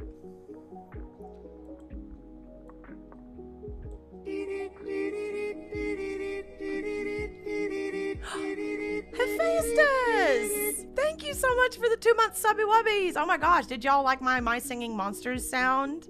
It makes me dance. Thank you so much, Hephaestus. You the best. I'm gonna pull up. I'm confused. Okay, hold on. Hold on. Relax. You never know what you're getting when you open TikTok. Especially on fucking browser. But I can't think of a better time to cover this on stream. I still don't think that I ever covered it at length. I don't think I've ever sat here and played the recordings with you. If I have, I've forgotten, so just pretend like you have too. But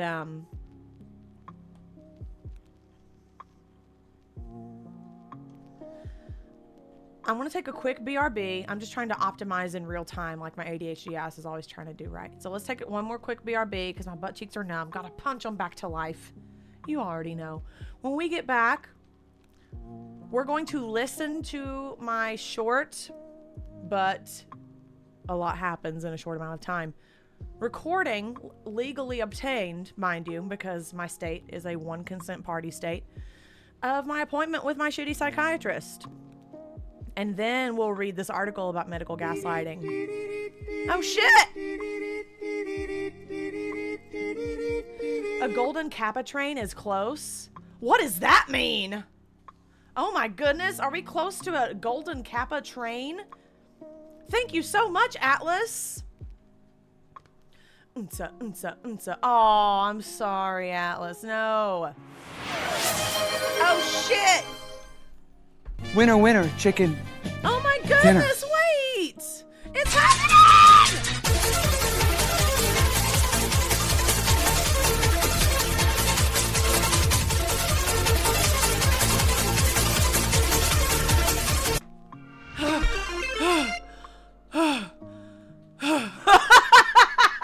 That music, holy fuck!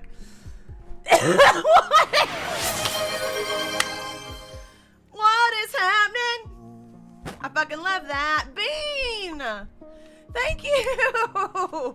Hype, hype, hype, hype, hype, hype, hype, hype, hype, hype, hype! Holy, I can't breathe. My money don't jiggle jiggle, it folds. I like to see you wiggle wiggle, for sure. Holy shit. I'm so excited. What a dopamine rush that is. Oh, I'm staying. I'm not going BRB at a time like this.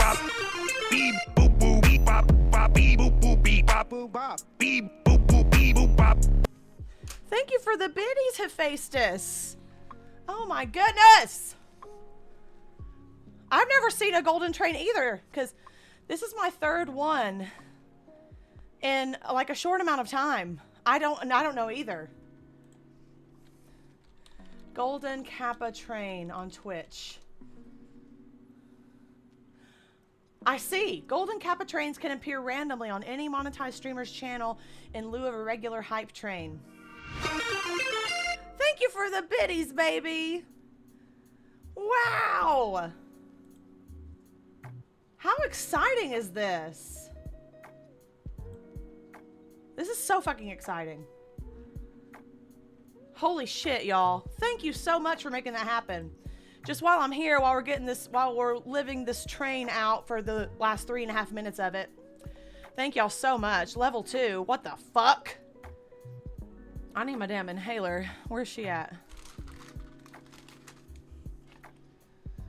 I have so many junk and snack and drink. I have 4 drinks and 2 bags of snacks.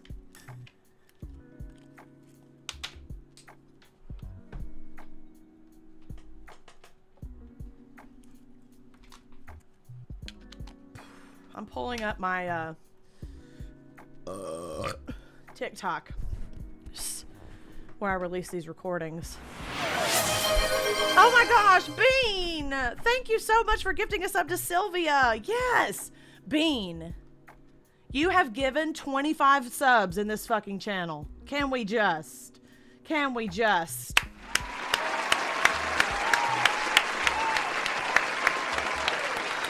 Unbelievable.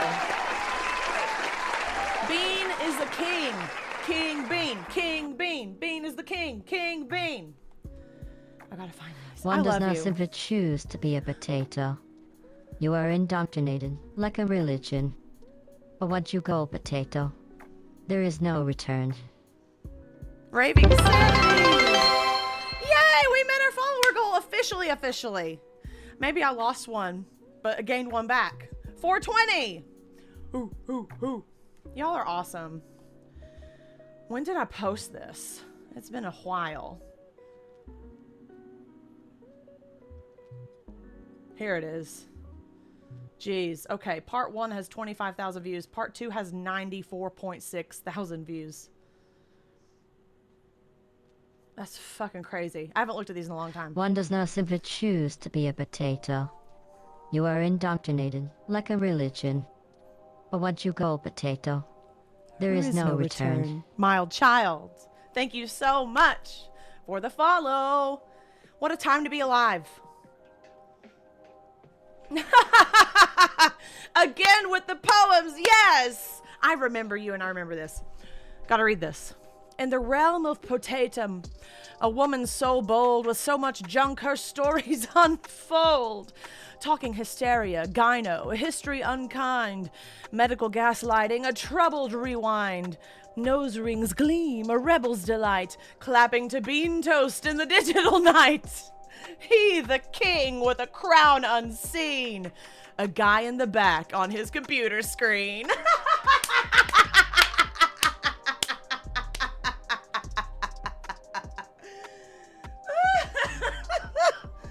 Holy fuck. No notes. No notes. This motherfucker spitting. That's Bean right there.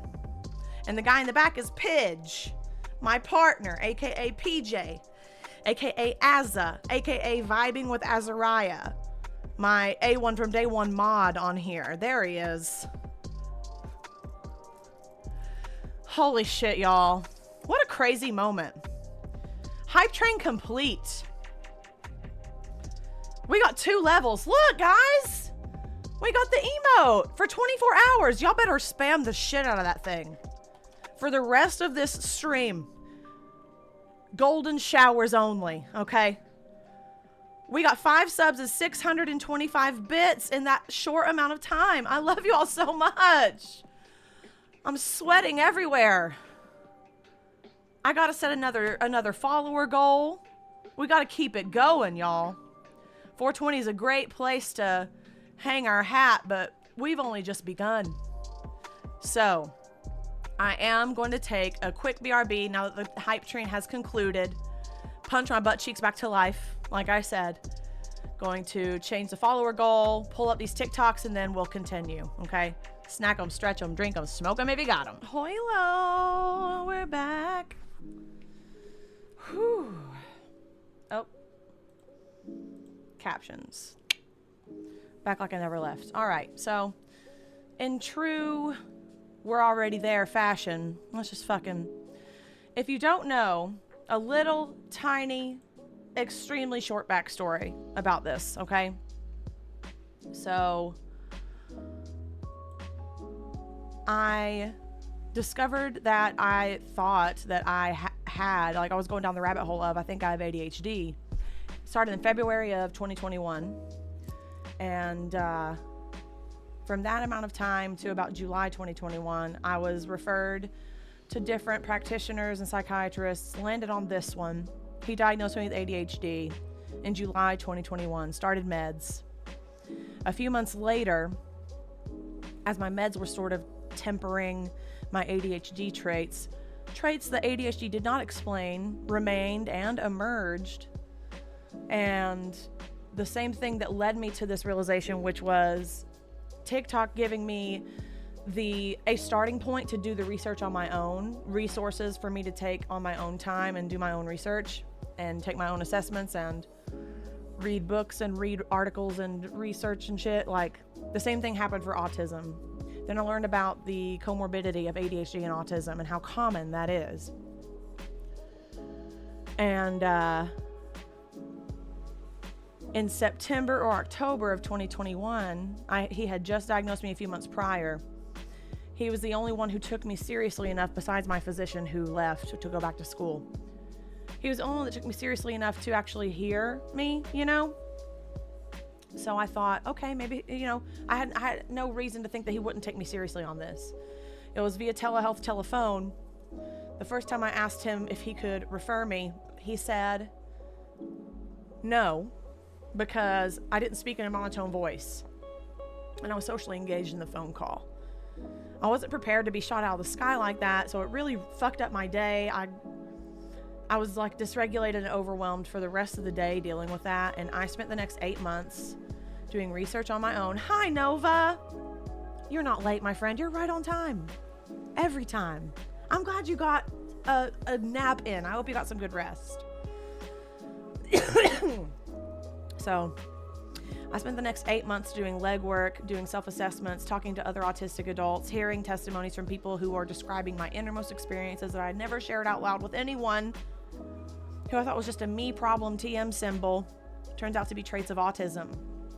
I learned about the high masking rate in AFAB people, people, non-binary people, trans people, women. And I asked that this appointment be in person because all of my appointments with him before this had been on the phone.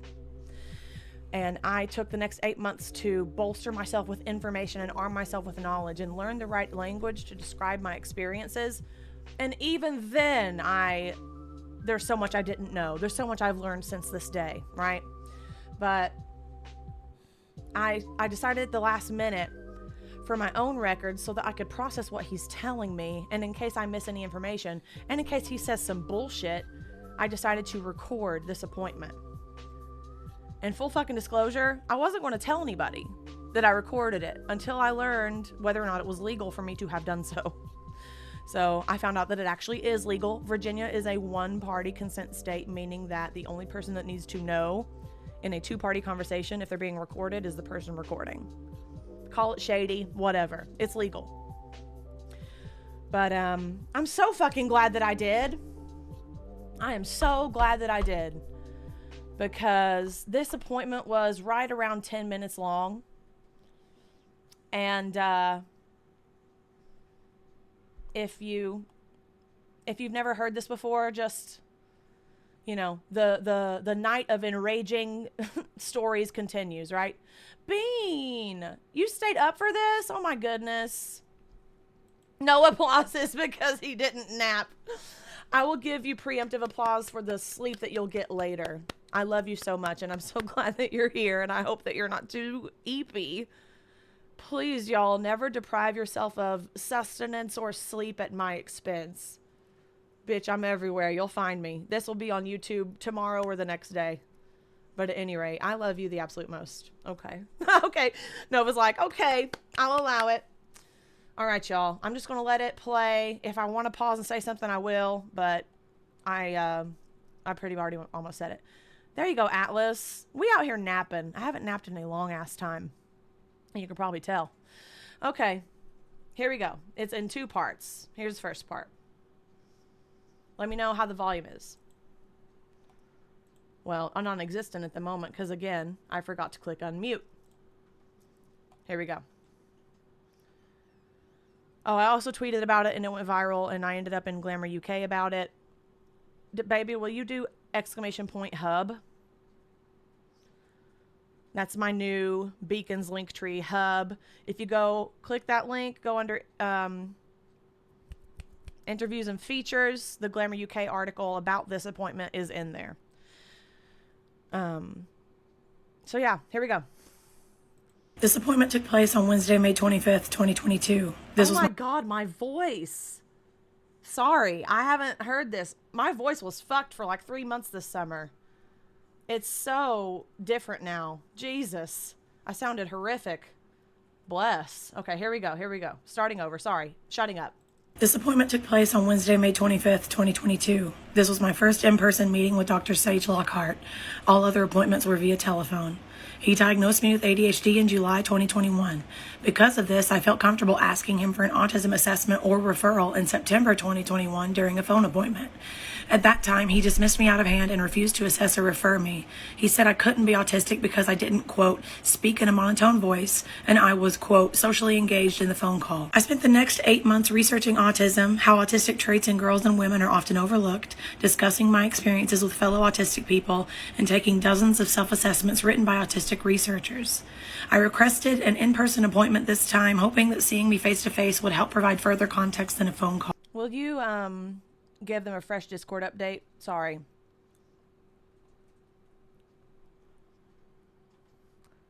I said, I told Discord not to let it expire, but they don't fucking listen to me over there. So someone's digging it up for you, Atlas. So sorry about that. Here we go. Call. I prepped for this upcoming appointment to the best of my ability. Because he blatantly dismissed me in the past, I decided last minute to record the appointment for my personal records. Due to my sensory processing issues, I wanted to be able to listen back and process the information he presented to me. Virginia is a one-party consent state, so this recording was obtained legally.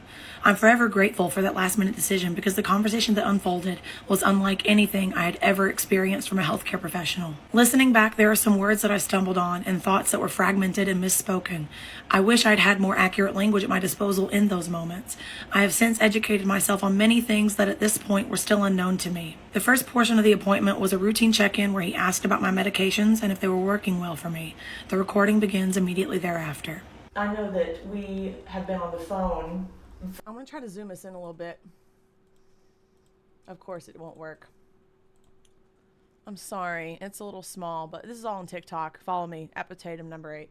You'll have to scroll down a little bit. It's from mid-August.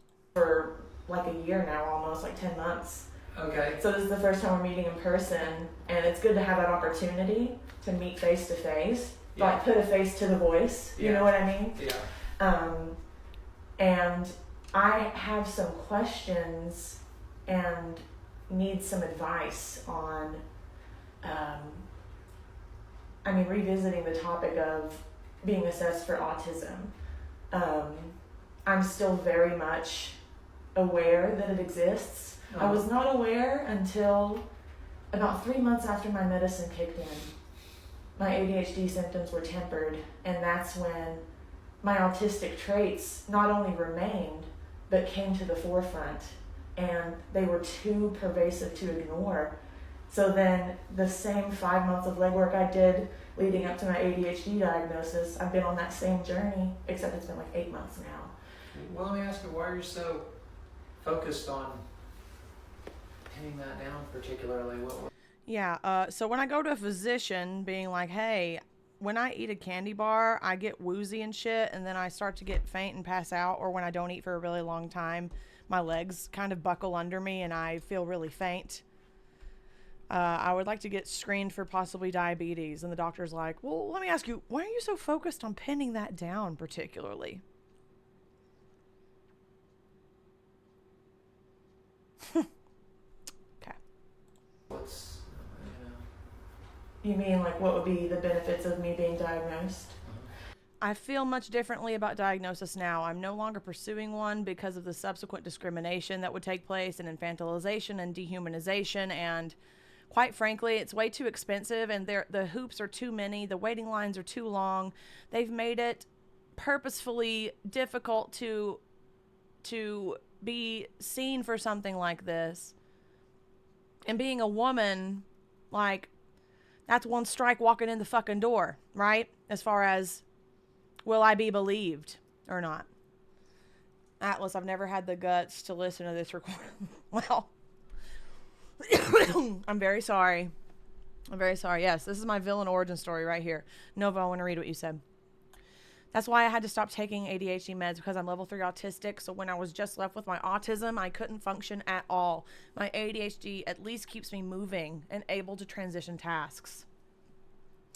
That is so interesting how, even like, obviously ADHD exists on a spectrum, and so does autism. Literally, it's in the name of the quote unquote disorder in the DSM-5. But even though we both are ADHD, your comorbidities affect you way differently than mine do, way differently than PJ's do, way differently than Pickles do, Beans do. Like, all of us ADHDers are in these unique arm wrestling matches with our own selves, you know what I mean? And like, throwing the ADHD meds into the mix really did. Okay, hold on. Somebody just did a font shades. That's what I thought. I've been waiting What? for them to get it. Could you sprinkle some baking soda on that, please? You can smell it, or I can smell it because my sense of smell, I'm cursed. There's another one. With an 11 out of 10. Okay. But anyway, how our comorbidities affect each other within our own bodies, and how different they are amongst each other. Like, it's almost like every single person's experience is different, Dr. Sage Lockhart, and you should have believed me. I've been chronically misunderstood my whole life. I've always known that I was different, but can never pinpoint how. Getting this diagnosis would not only validate my experience, but it would show people that autism doesn't just exist in young boys. there's a whole generation of girls who fell through the cracks. And we grew up thinking that we're just depressed or anxious. I've been diagnosed with almost everything, and none of the treatments before worked. No antidepressants, because I'm not serotonin deficient, I'm dopamine deficient. So that's why the ADHD meds are working well for me. But back to my original point. I deserve to have that on my chart because that's my truth. That is my existence. Yeah, I think we talked about this before, and I felt like the borderline personality disorder was a little more accurate, along with the ADHD and the other diagnosis. I shared with you that at the time I was diagnosed with borderline personality disorder. Good night, Crystal. I love you. I was in an emotionally, physically, and verbally abusive relationship. And the symptoms that I were exhibiting retrospectively, can be identified as autistic meltdowns. I didn't have the language, the verbiage, the knowledge then that I do now to put labels and names to the experiences that I was having. And I reached out on a whim and found borderline personality disorder, called up a local, therapist office in my hometown, talked to a psychiatrist there, and I said, I think that I have this. Because I didn't have the language to describe the constant fight or flight survival mode that I was in. So whatever symptoms I Googled were as limited to the language I had at the time, like anxiety, depression, hopelessness, fear, very limited language like that. And BPD was resoundingly the first thing that came up. And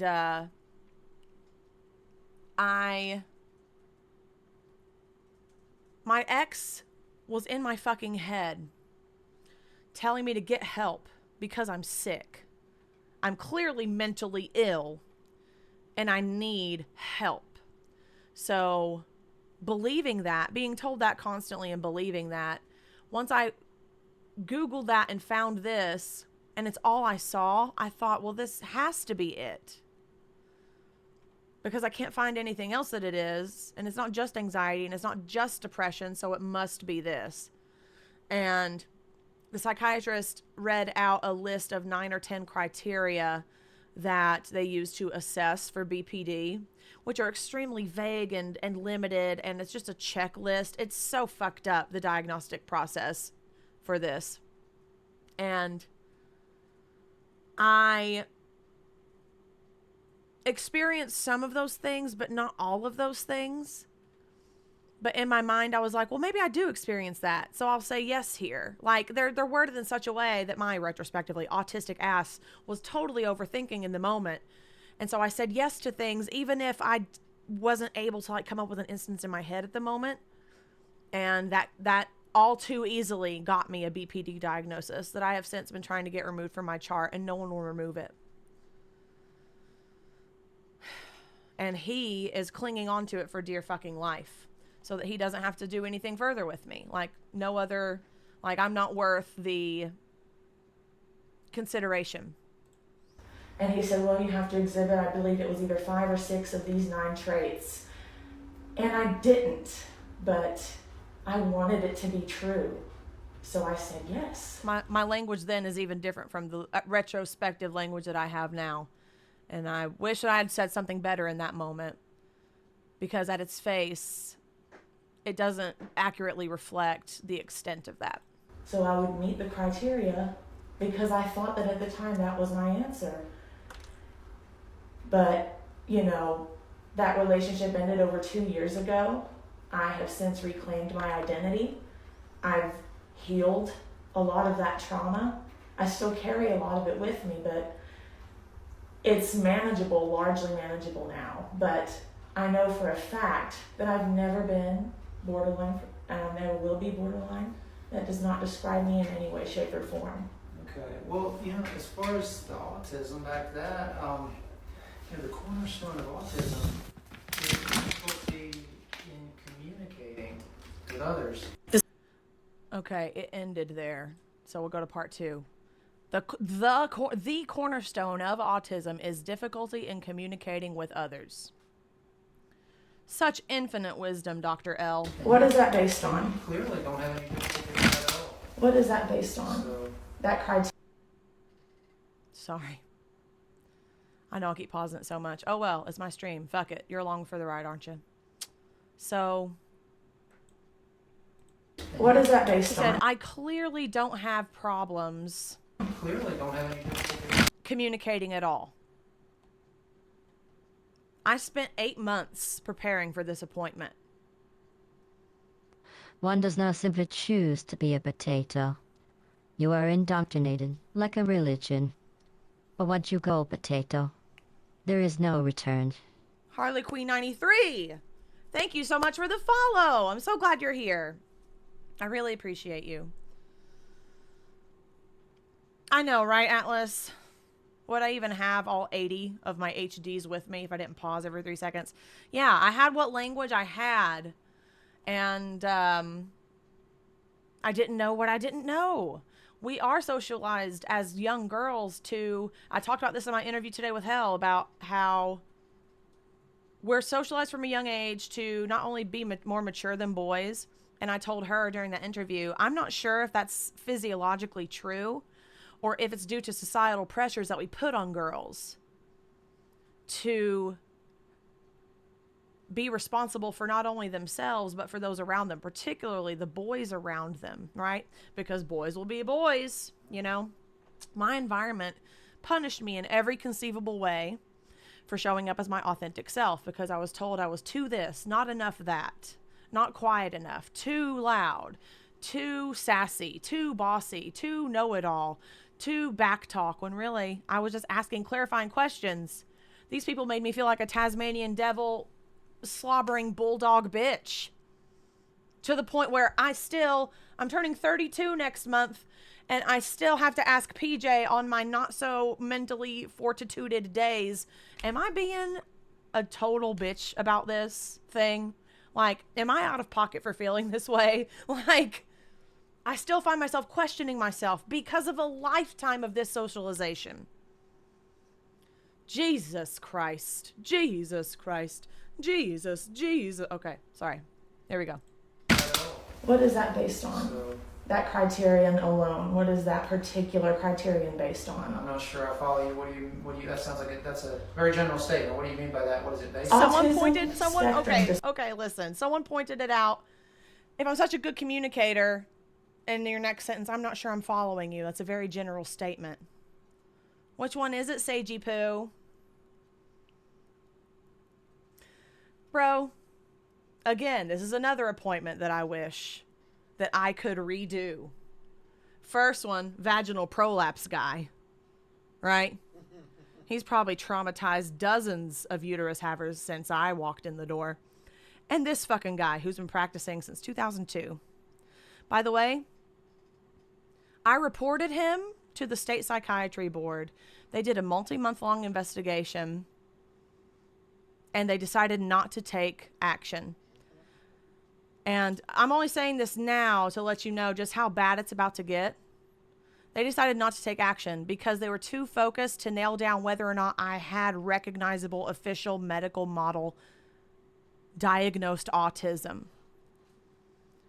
They completely disregard the diagnosis that he weaponizes against me here. He doesn't include it on my chart, but he slings it in my face, intended as an insult. So, here we fucking go. Disorder has the word spectrum in it because it is a spectrum. It is not a linear spectrum. So, it's not a cornerstone for every autistic person to have communication issues. I've been in therapy for years. I'm an intelligent human. Maybe so narcissism is your diagnosis more accurately. Could you repeat that? Narcissism. Maybe narcissism is, narcissistic personality disorder is more correctly your diagnosis. Why?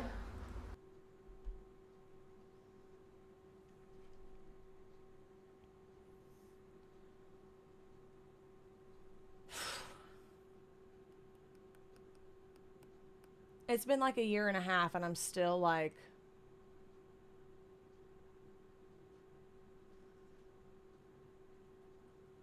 I can hear the smirk that he had on his face in his voice.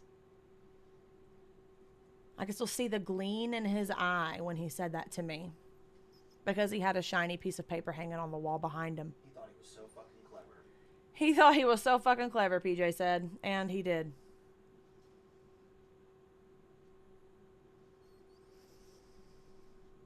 And I was obviously taken aback. And in my head, I was like, Tatum, I could kiss you right now, sis. You're recording this shit. And I'm so glad that you are. Because what the fuck did that man just say to me? My ears were ringing. My head was hot. Instant all over body sweating.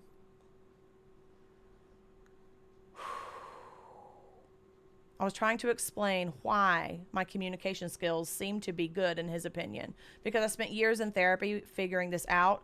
I've been reading literally since I was 3 years old, and that's known as hyperlexia. And that's not me bragging, motherfucker. I'm telling you a fact about my life. I didn't share it here, but that's a very common trait of autism. Did I lie? Did I lie? Did I fucking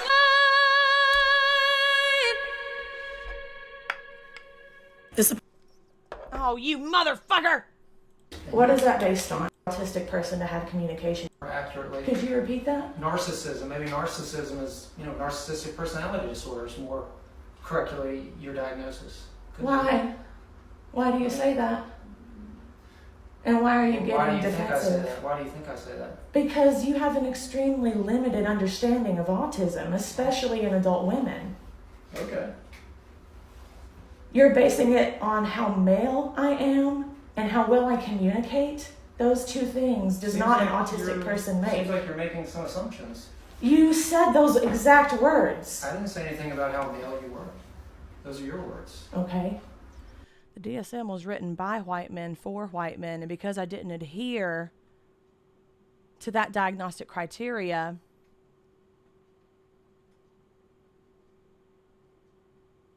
you didn't have to spell it out for me, buddy, but you were fucking doing it.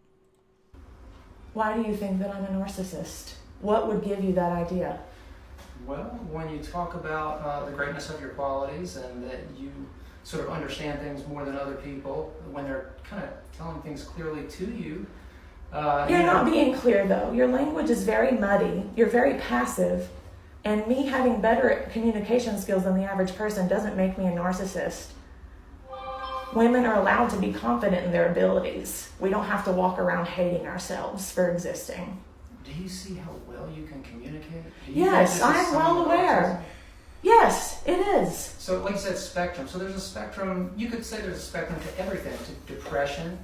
There's a spectrum, bipolar, there's a spectrum, autism, there's a spectrum, ADHD, there's a spectrum. So sure. So like in the case of ADHD or autism, if you take the person that is the least autistic or the least ADHD-like, they still have some, you could say they have some degree of that. But we're not going to call it a disorder. Some degree of what? I'm sorry, could you clarify?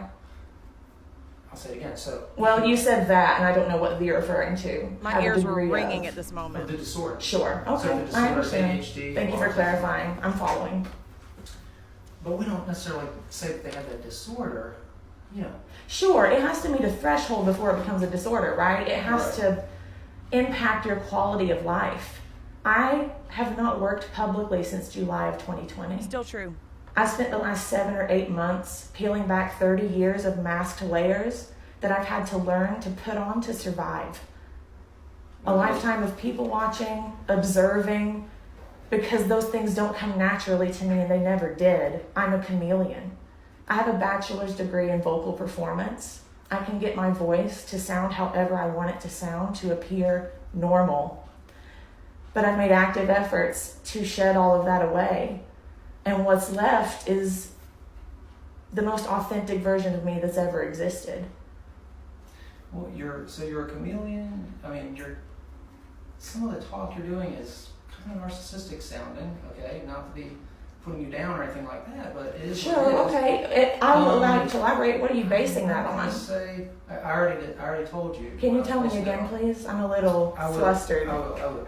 You mentioned about how high your IQ was, how you knew more than other people, including experts. So, I could call myself, I'm I don't have to prove my autism to you. I'm giving you information that would help you help me. Okay. But if you're not interested in doing that and dismissing me as a narcissist altogether, then I want to be pointed in the direction of someone who isn't using a DSM from the 90s. Absolutely. So, are you aware of the updated DSM-5 that came out in March? I am, yes. Did you read about the autistic criteria for adult women in that book? Listen, I don't feel that you have autism. So that's a If you- no. Listen, Okay. So you're not even willing to listen. If you want a second opinion, you can certainly see someone else. Please. You're free to go see someone else. I would love to. That is fine. So you don't want to continue seeing me then, I take it? No. Okay. All right. Well, if you don't mind waiting in the waiting room, and I will discuss this with the nurse, and we can see what we can get set up for you. Is that all right? Sure. Do you know who is in that system? She was like a nurse practitioner that I saw before. I'm not sure if you would know who that was just by name. I don't know if she's still here. I'm familiar with that name. Okay. I might be mistaken. I'll have to call my home office. All right. Well, I really, I hope you get what you want. Things work out for you. You figure out whatever it is you're trying to figure out. I already have. Thanks for nothing. The screen says, to be clear, he never added narcissistic personality disorder to my chart. Ever. It's not on my chart anywhere. This confirmed my suspicion that he intended that as an insult, not as an informed medical opinion. Someone who weaponizes highly stigmatized diagnoses against their patients should not be practicing. But he still is. Nothing happened. Because like I said, they were more interested in proving him wrong. They didn't even take his conduct into account. As if that's an acceptable way to talk to somebody. The comments that I have on this thing, I have 1,500 comments on this. And a good chunk of them are like, this is a psychiatrist? This isn't like an old boyfriend or something? Like, what the fuck? Yeah, I hope he gets Regina George as well. I really do. So, back to the fucking article, right? So full circle, back to full My circle. money don't jiggle jiggle, it folds. I like to see you wiggle wiggle, for sure. Shake out all those fucking demons, right? Okay, I gotta move the chat because I can't see it. How we feeling out there tonight? Yeah, I am not feeling good. Oh my gosh. Okay. Thank you, guys.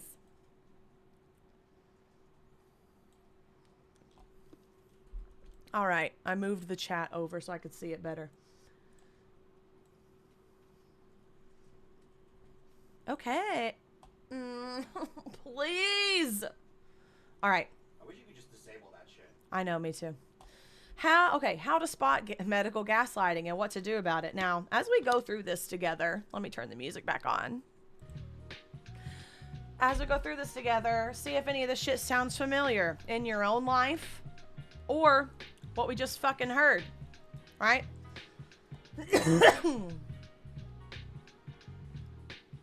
Okay.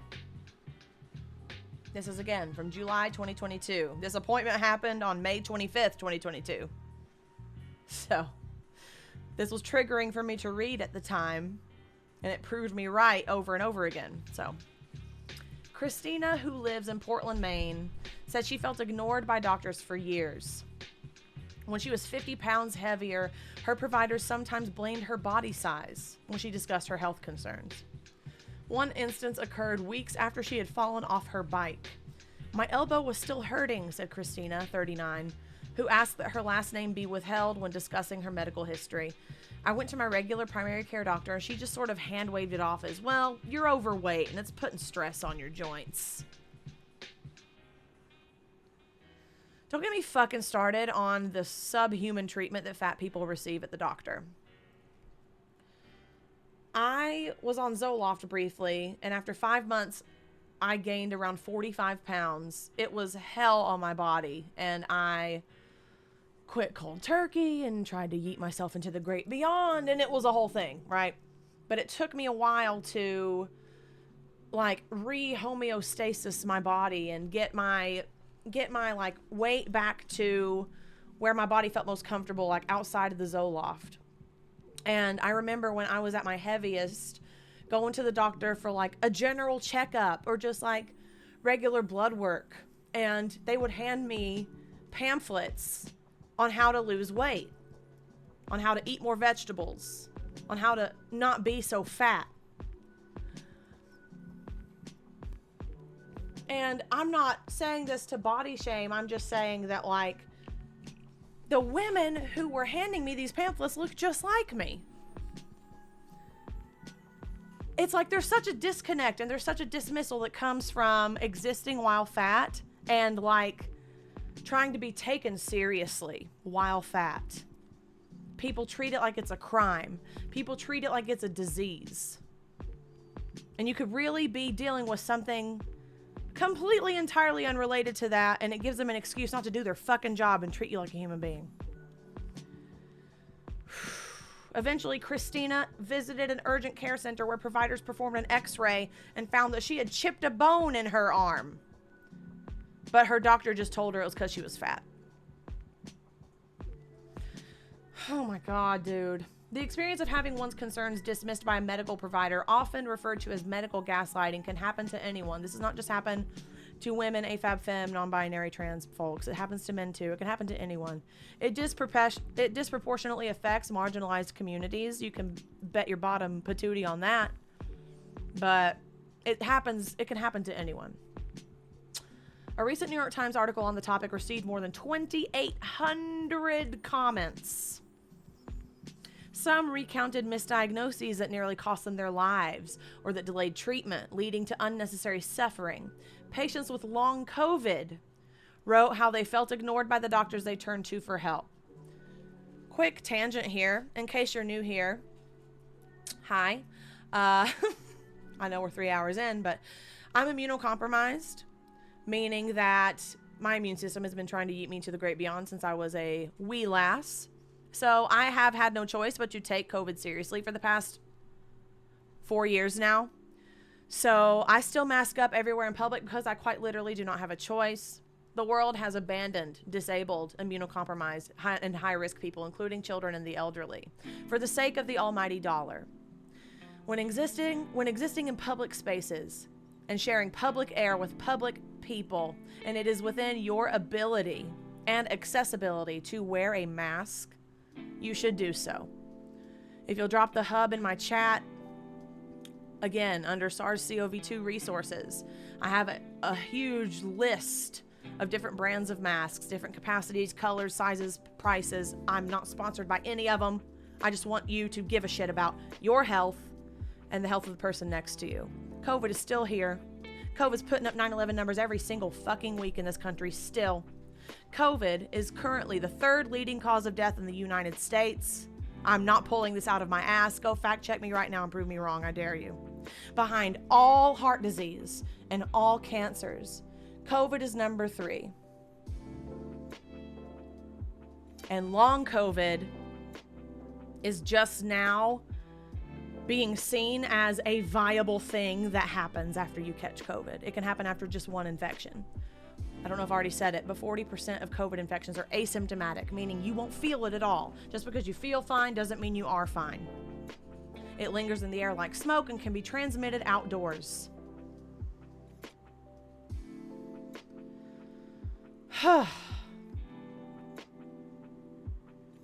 Y'all playing fast and loose with a novel first-of-its-kind virus that's now just a variant soup. It's outrunning vaccines. The vaccines are not neutralizing vaccines, and they only lower your chance of catching long COVID by 10 to 15%. Wear a mask. Long COVID is real. COVID is real. And tangent. Lately, the problem has been drawing attention in both the medical community and general public for disproportionately affecting women, people of color, geriatric patients, and LGBTQ people. For example, oh my God, I'm blinking. I'm like, look, the ring light is like burned into my retinas, and now I see it every time I blink. Studies have found that women are more likely than men to be misdiagnosed with certain conditions like heart disease and autoimmune disorders, and they often wait longer for a diagnosis. And one group of researchers discovered that doctors were more likely to use negative descriptors like non-compliant or agitated in Black patients' health records than in those of white patients. A practice that could lead to healthcare disparities. Another one, aggressive, right? Combative.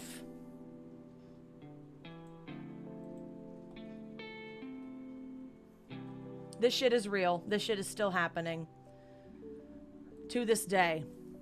And we learned from old J. Marion Sims that Black women have been seen as subhuman in the eyes of healthcare professionals and the like since time immemorial. Gaslighting is real. It happens all the time. Patients, and especially women, need to be aware of it, said Dr. Jennifer H. Mears, a professor of cardiology at the Donald and Barbara Zucker School of Medicine, and she wrote a book. Here are some tips on how to advocate for yourself in a medical setting. Okay, so what are the signs of gaslighting? Gaslighting can be subtle and isn't always easy to spot. When seeking medical care, experts recommend catching or watching for the following red flags. Your provider continually interrupts you, doesn't allow you to elaborate, and doesn't appear to be an engaged listener. And the example that we just heard, that's going to be a big checkeroni from me. Did I turn the captions back on? Yeah. Your provider minimizes or downplays your symptoms. For example, questioning whether you have pain. Your provider refuses to discuss your symptoms, even when you're trying to explain them clearly. Your provider will not order key imaging or lab work to rule out or confirm a diagnosis. So, a term that I now have in my arsenal, ready to go with it at a moment's notice if need be, at the doctor's office specifically, is what's known as a differential diagnosis. So, in this particular instance, if your doctor doesn't want to do the necessary tests or work to potentially rule something out or confirm something, instead of just taking that at face value, it's within your right to ask them for a differential diagnosis. You know, essentially like, well, if it's not this, then what is your differential diagnosis? Meaning, if it's not this, then what else could it possibly be? A differential diagnosis. In Dr. Lockhart's case, he stated my differential diagnosis at the top. He said it was BPD.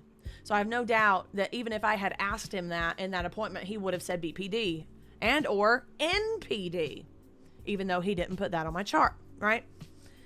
So slip that one into your arsenal for self-advocacy purposes. Differential diagnosis. Next, you feel that your provider is being rude, condescending, or belittling. Check, check, check.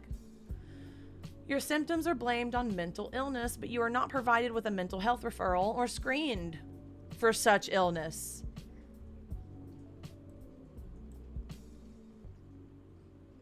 And I'm going to go ahead and include personality disorders in this sentence as well, because as we saw, right?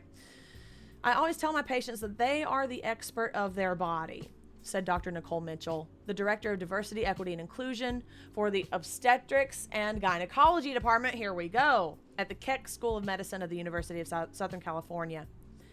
We work together to figure out what's happening and what we can do about it. It really should be a shared decision-making. Agree. How are you, a person who sees dozens of patients per day, going to walk into a room for 10 minutes with somebody who lives in their body 24/7 and pretend for a second that you know more than they do about their lived experience? It's not up for debate, people. Your lived experience is not up for debate. And fuck anybody that makes you feel like it is. Those are not your people. So what can you do to advocate for yourself? Keep detailed notes and records. I know, it melts my spoons to even think of this, but knowing that my state's a one consent party state, Look up consent laws in your states for recording people. If it's a one-party consent state, you don't need to tell them. If it's a two-party consent state, you, by law, if you plan on using this anywhere, need to tell them, I'm not telling you to break the law. I'm not. Look in my eyes. I'm not. But if you're specifically going to use that recording, you, by law, have to tell them that you're recording. If it's a two-party consent state. I'm using telepathy. Read between the tater wedges. Dr. Mitchell recommended keeping a journal where you log as many details as possible about your symptoms. Her suggested prompts include, what are your symptoms? When do you feel them? Do you notice any triggers? If you have pain, what's it feel like? Does it wax, wane, or is it constant? And what days do you notice this? Also, keep records of all your lab results, imaging, medications, and family medical history. Keep as much of that as you can. Because for some people, I know it's harder to obtain than others. So just do your best. It's analogous. I don't know how to pronounce this. I see it in written word, but I don't know how to say it out loud. To seeing your accountant at tax time. You certainly do not show up without receipts. Fair. Ask questions and then ask some more. God. That gives me the hives, though. But it's important. It is important. Prepare them beforehand if you're like me and get rattled in the moment and then all words exit your Swiss cheese trapdoor. I was preparing for that appointment for 8 months and still that's how poorly it went. So like you being prepared doesn't mean that it won't go poorly. So you need to be mentally prepared for that to happen as well, you know?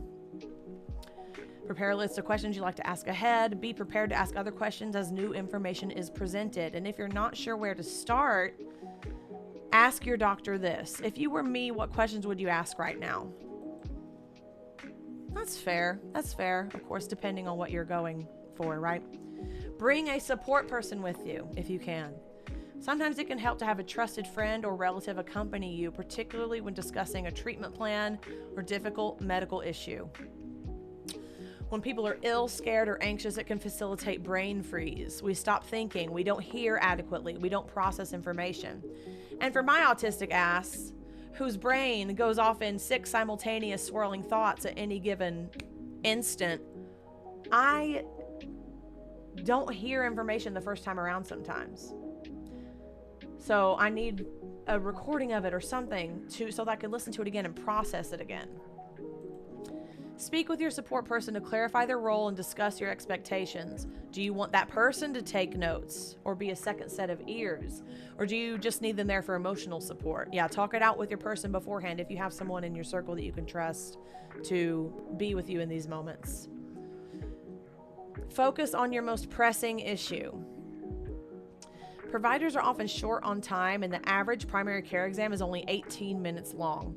That appointment that we heard of mine was 10 minutes. And it nosedived at around minute 3. Yeah. And it crashed and burned for the other 7. Yeah. Take 10 minutes before your appointment to just jot down bullet points that concisely outline why you're there. Just to have a few, just like, can we discuss this, this, and this? I used to do that with my physician. Pin down the next steps. Ideally, you should leave your appointment feeling reassured. I'm really proud of myself, by the way, for not crying during that appointment. Thank you. Applause, applause, yes.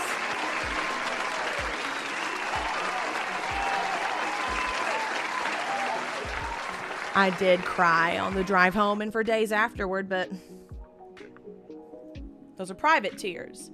Tell your provider that you would like to understand 3 things: the best guess as to what's happening, plans for diagnosing or ruling them out, and treatment options depending on what you find.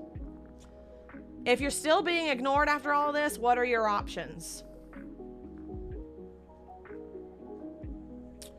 Switch providers. Easier said than done, especially if you're poor like me and on government assistance, government insurance.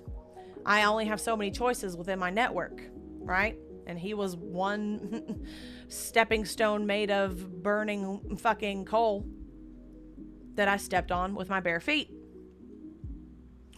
A study using data Beans, what the fuck? A study using data from 2006 and 2007 estimated that approximately 12 million adults were misdiagnosed in the United States every year. 12 million. And about half of those errors could be harmful.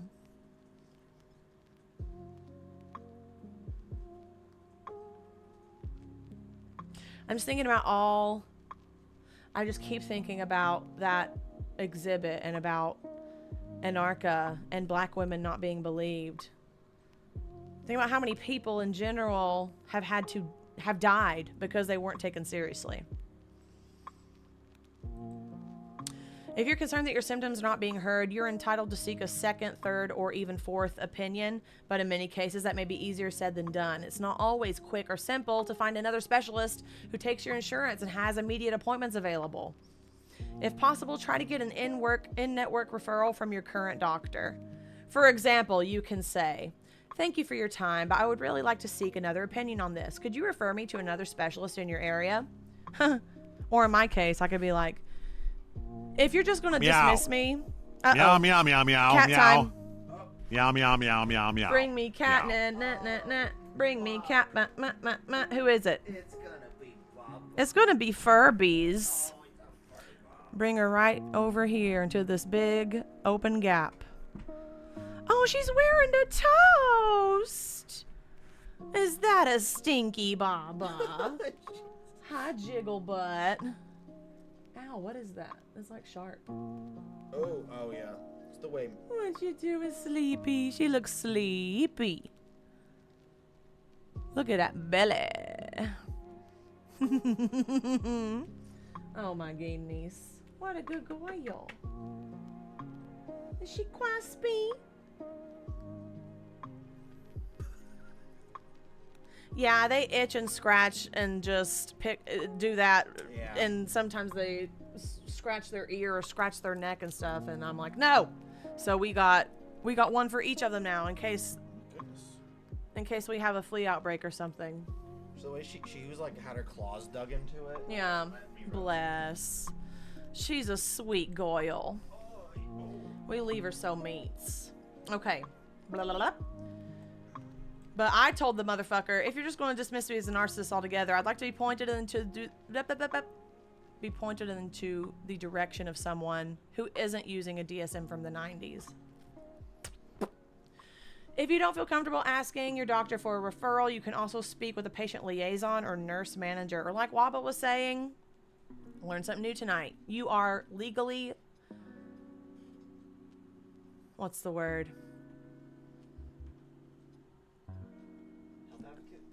Yeah. But you're legally allowed, like they're legally required, yes, thank you, to provide a health advocate for you if you ask.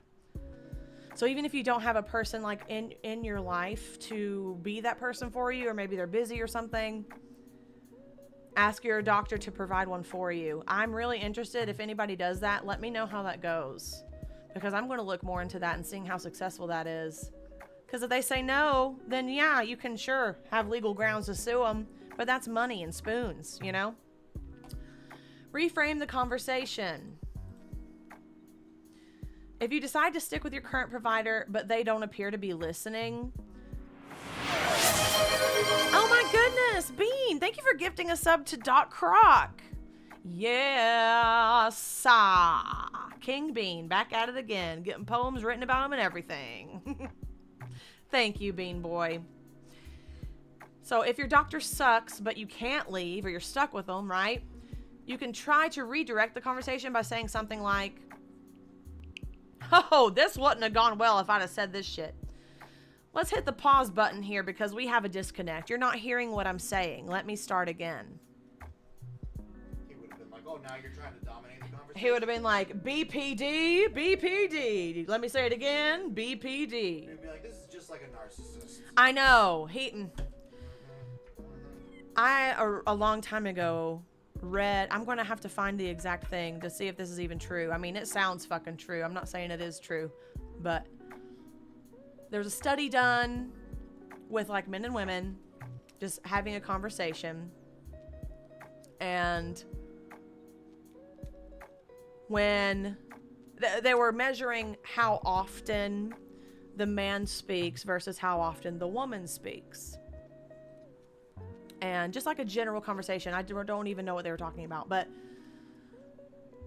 when the woman was only speaking 15 to 20% of the time, the man, when they were asked by the people conducting the study,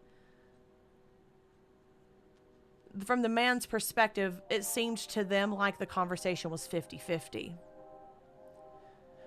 But when the woman talked for 30 to 50% of the time, truly 50-50, from the man's perspective, most of them said that they felt that the woman was dominating the conversation.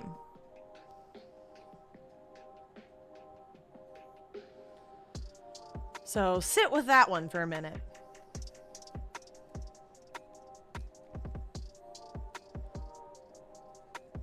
I'm just thinking of all the fuck boys that can afford podcast equipment. I mean, shit. The oversaturation of that market in and of itself is proof enough for me, personally. But I digress. You can also say something like this. I've been having these symptoms for 3 months. Can you help me find what's wrong? What can we do to figure this out together? Like, offer it to them like a, like, can we figure this out together? Instead of fix me, help me, save me, cure me. All omnipotent, omniscient being.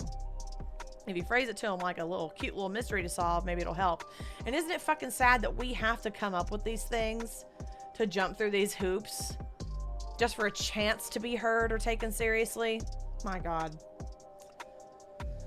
Okay. Look to support groups. There are support groups for a multitude of conditions that may provide useful resources and info. Tammy Burdick, who was diagnosed in 2017 with granulomatous mastitis, a rare chronic inflammatory breast disease, found help from an online support group for women with the same condition. Initially, she was referred to an infectious disease specialist who dismissed a breast biopsy found to contain bacteria. She said that she developed horrible, painful abscesses, oh my God, that would open and drain on their own. I'm glad we left that graphic warning up. In her search for answers, she conducted extensive research on the disease, and from the support group, the online support group, she learned of a gene sequencing test that could identify potential pathogens. So she asked her surgical oncologist to order the test. And through that test that she found through that online support group, they discovered that she'd been infected with a specific microorganism associated with this particular mastitis and recurrent abscesses. It took 7 months of investigating, but she finally had an answer.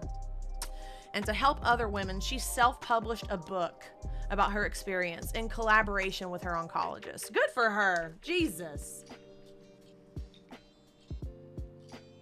Now that's how you do it. That's advocacy. Because she went through 7 months of hell. Probably longer than that, honestly, because she investigated for 7 months.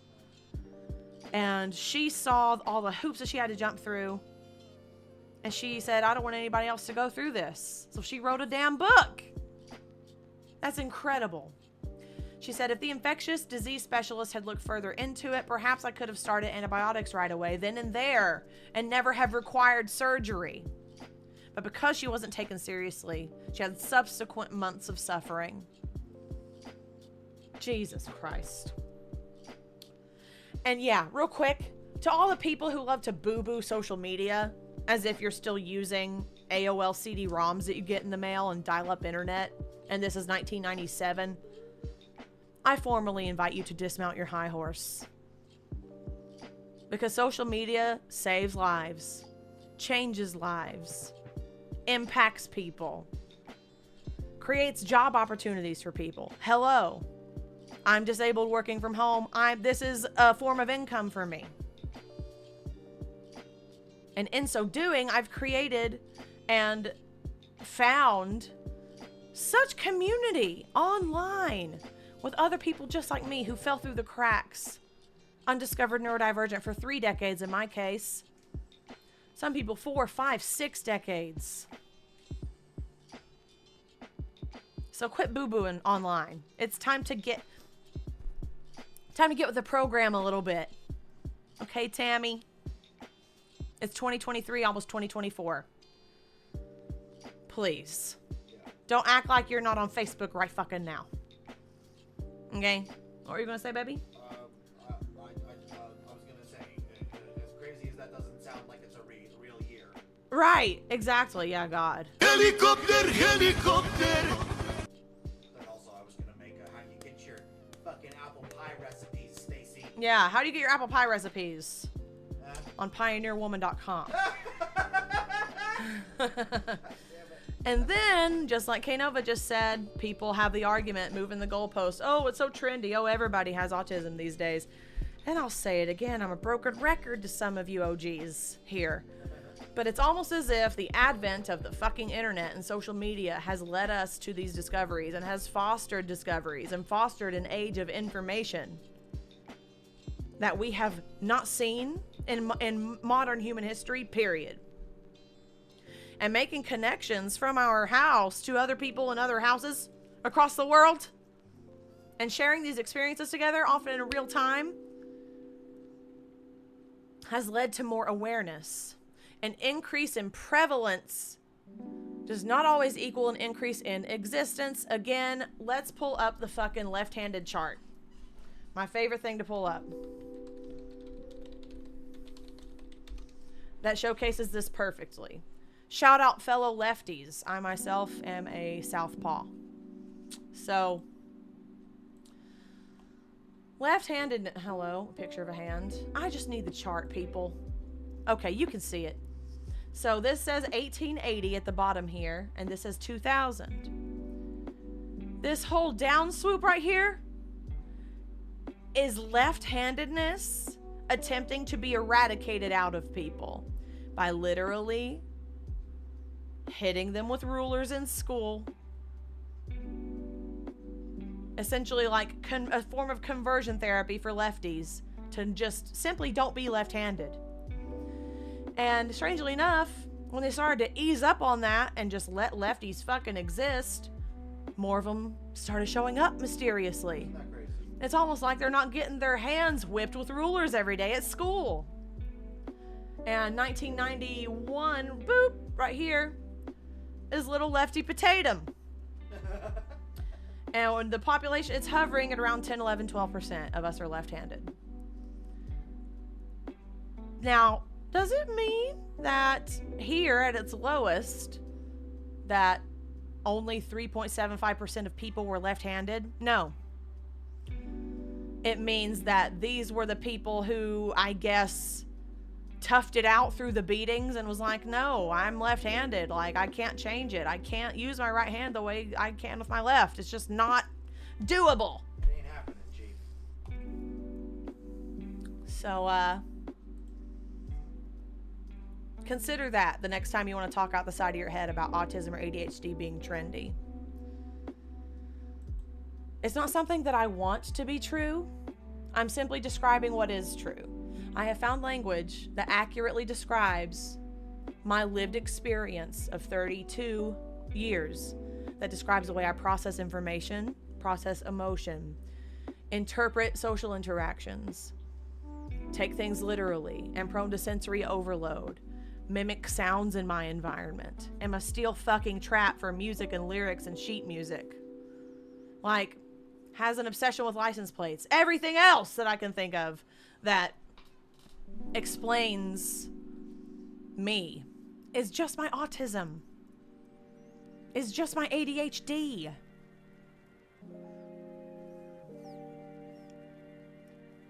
And if it's that simple for us, these late discovered folks, to accept, I mean, it's definitely not a simple process, good Lord, but if it's something that we're able to come to terms with in our own lives, then why are y'all, the doctors, the healthcare professionals, so emotionally attached to things that you learned in old books written by old dead white dudes?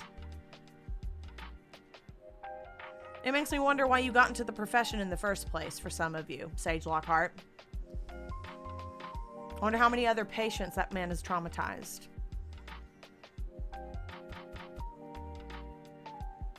Ay, ay, ay. Okay, appeal to a higher authority. I'm laughing because I tried that. It didn't work. But it might work for some of you. If you're being treated in a hospital setting, you can contact the patient advocacy staff who may be able to assist, or you might also address the problem with your doctor's supervisor, in my case, the Virginia Board of Psychiatry. Finally, if you're dissatisfied with the care you're receiving, you may consider reporting your experience to the Federation of State Medical Boards. Any instances of abuse, manipulation, gaslighting, delaying diagnoses, those are reportable events that providers need to know about. Doctors need to be held accountable. I know, girl. Yeah, that's super easy to say in an article in New York Times, you know? But bitch, I tried that. It took every spoon in me. I had to retell the story over and over and over again, right? For what? And for what? Well, there is an article in Glamour UK about it. Again, it's in my hub.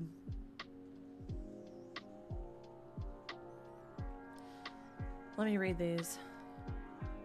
Nova, you can contact patient advocacy outside of hospital visits. So you don't have to be there in order to do it. You can do it like outside of the appointment. Thank you for that info. Doug, hi Doug, welcome in. I'm going to report my GP. I'm proud of you.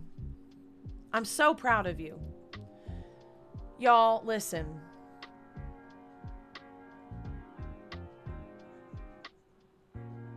Your lived experience, you are the expert in that.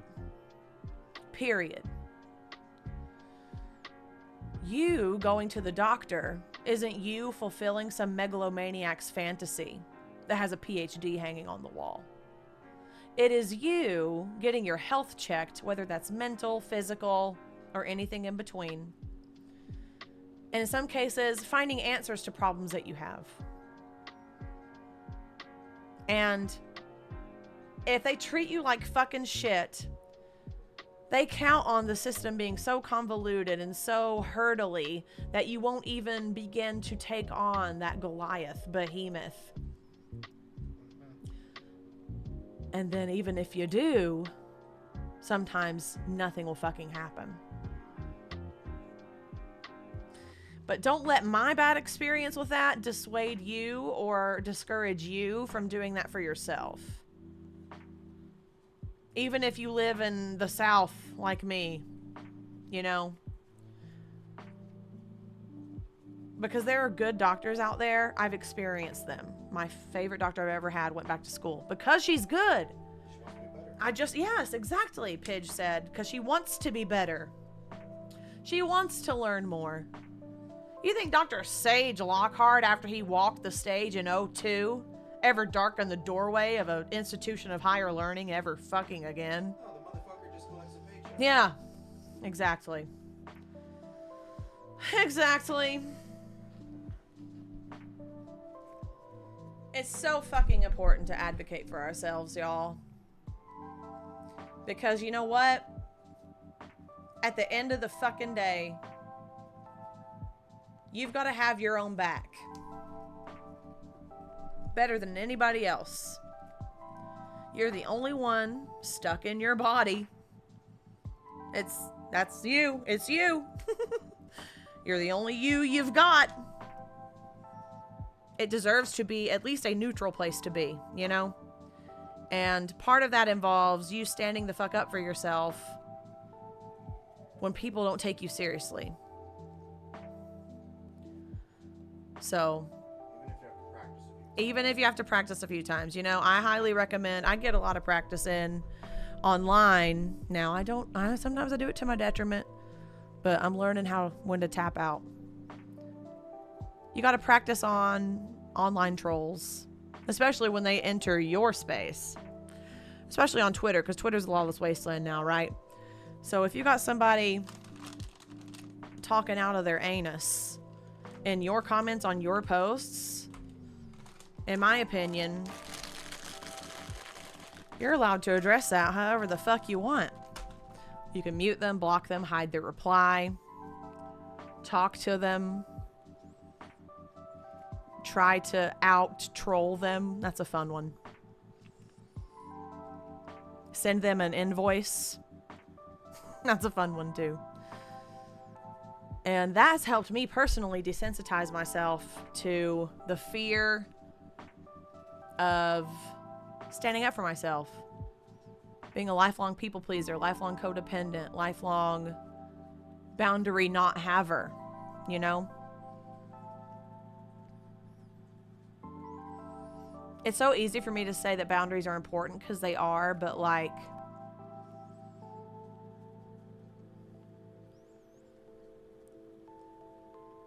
how does that start? And for me, it started with acknowledging the voice in my head, that tiny voice that I had learned to ignore that said, I don't want to do this.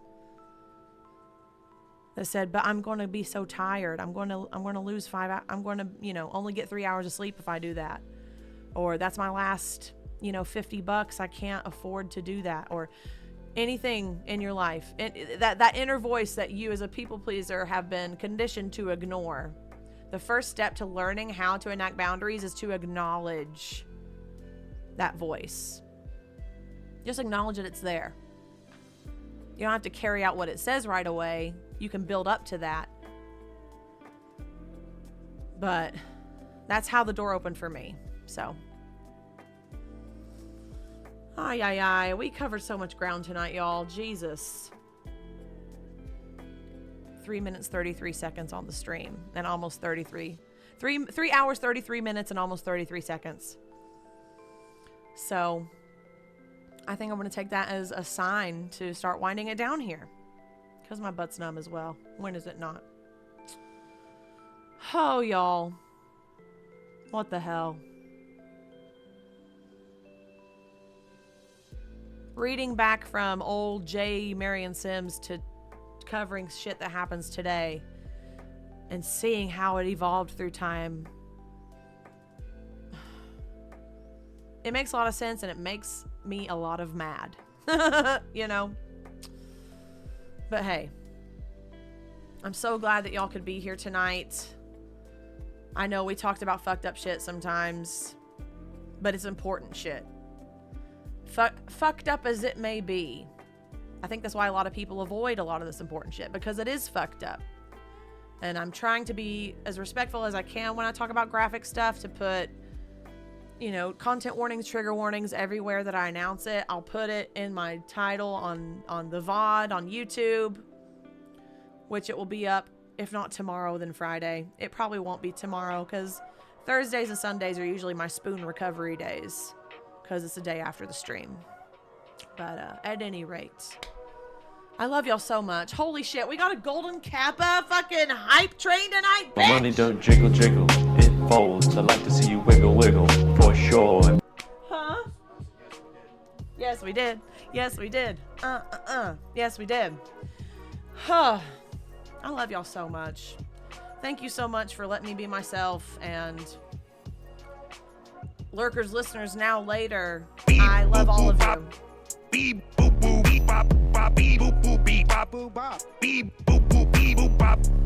Y'all really are the best, and we'll be back on, what the fuck is today? Wednesday, yes. We'll be back on Saturday. Don't know what we're doing yet. Stay tuned. Follow me on all the things. Twitter, TikTok, YouTube, at Potatum, P-O-T-8-U-M. Check out my merch, potatum.com. My newest collection that I showed at the top of the stream for my anti-capitalist cunts out there. It's on the bottom of the page, because a lot of people recoil at that word, but not us. So yeah, I'll be back on Saturday. I hope y'all have a beautiful time zone wherever thou may art. Thank you, Pidge. That's the new Discord link for those who want to join our Tatertown Discord, and I'll update it in the chat bot command. And if I have to do it once a week, I'll do it once a week. Okay, fine. Huh? You fixed it? Well, I tried to do that, but it didn't listen to me because I'm a woman. Maybe because Pidge fixed it and he's a man, it'll actually listen to him now. I love y'all. See you next time. Bye.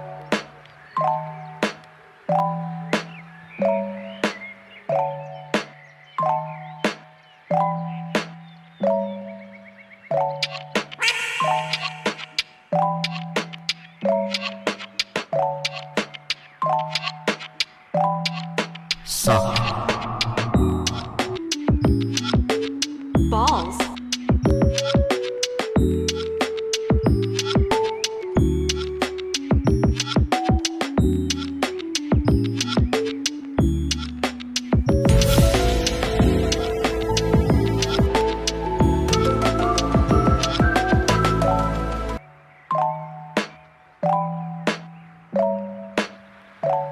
Can you shut the fuck up?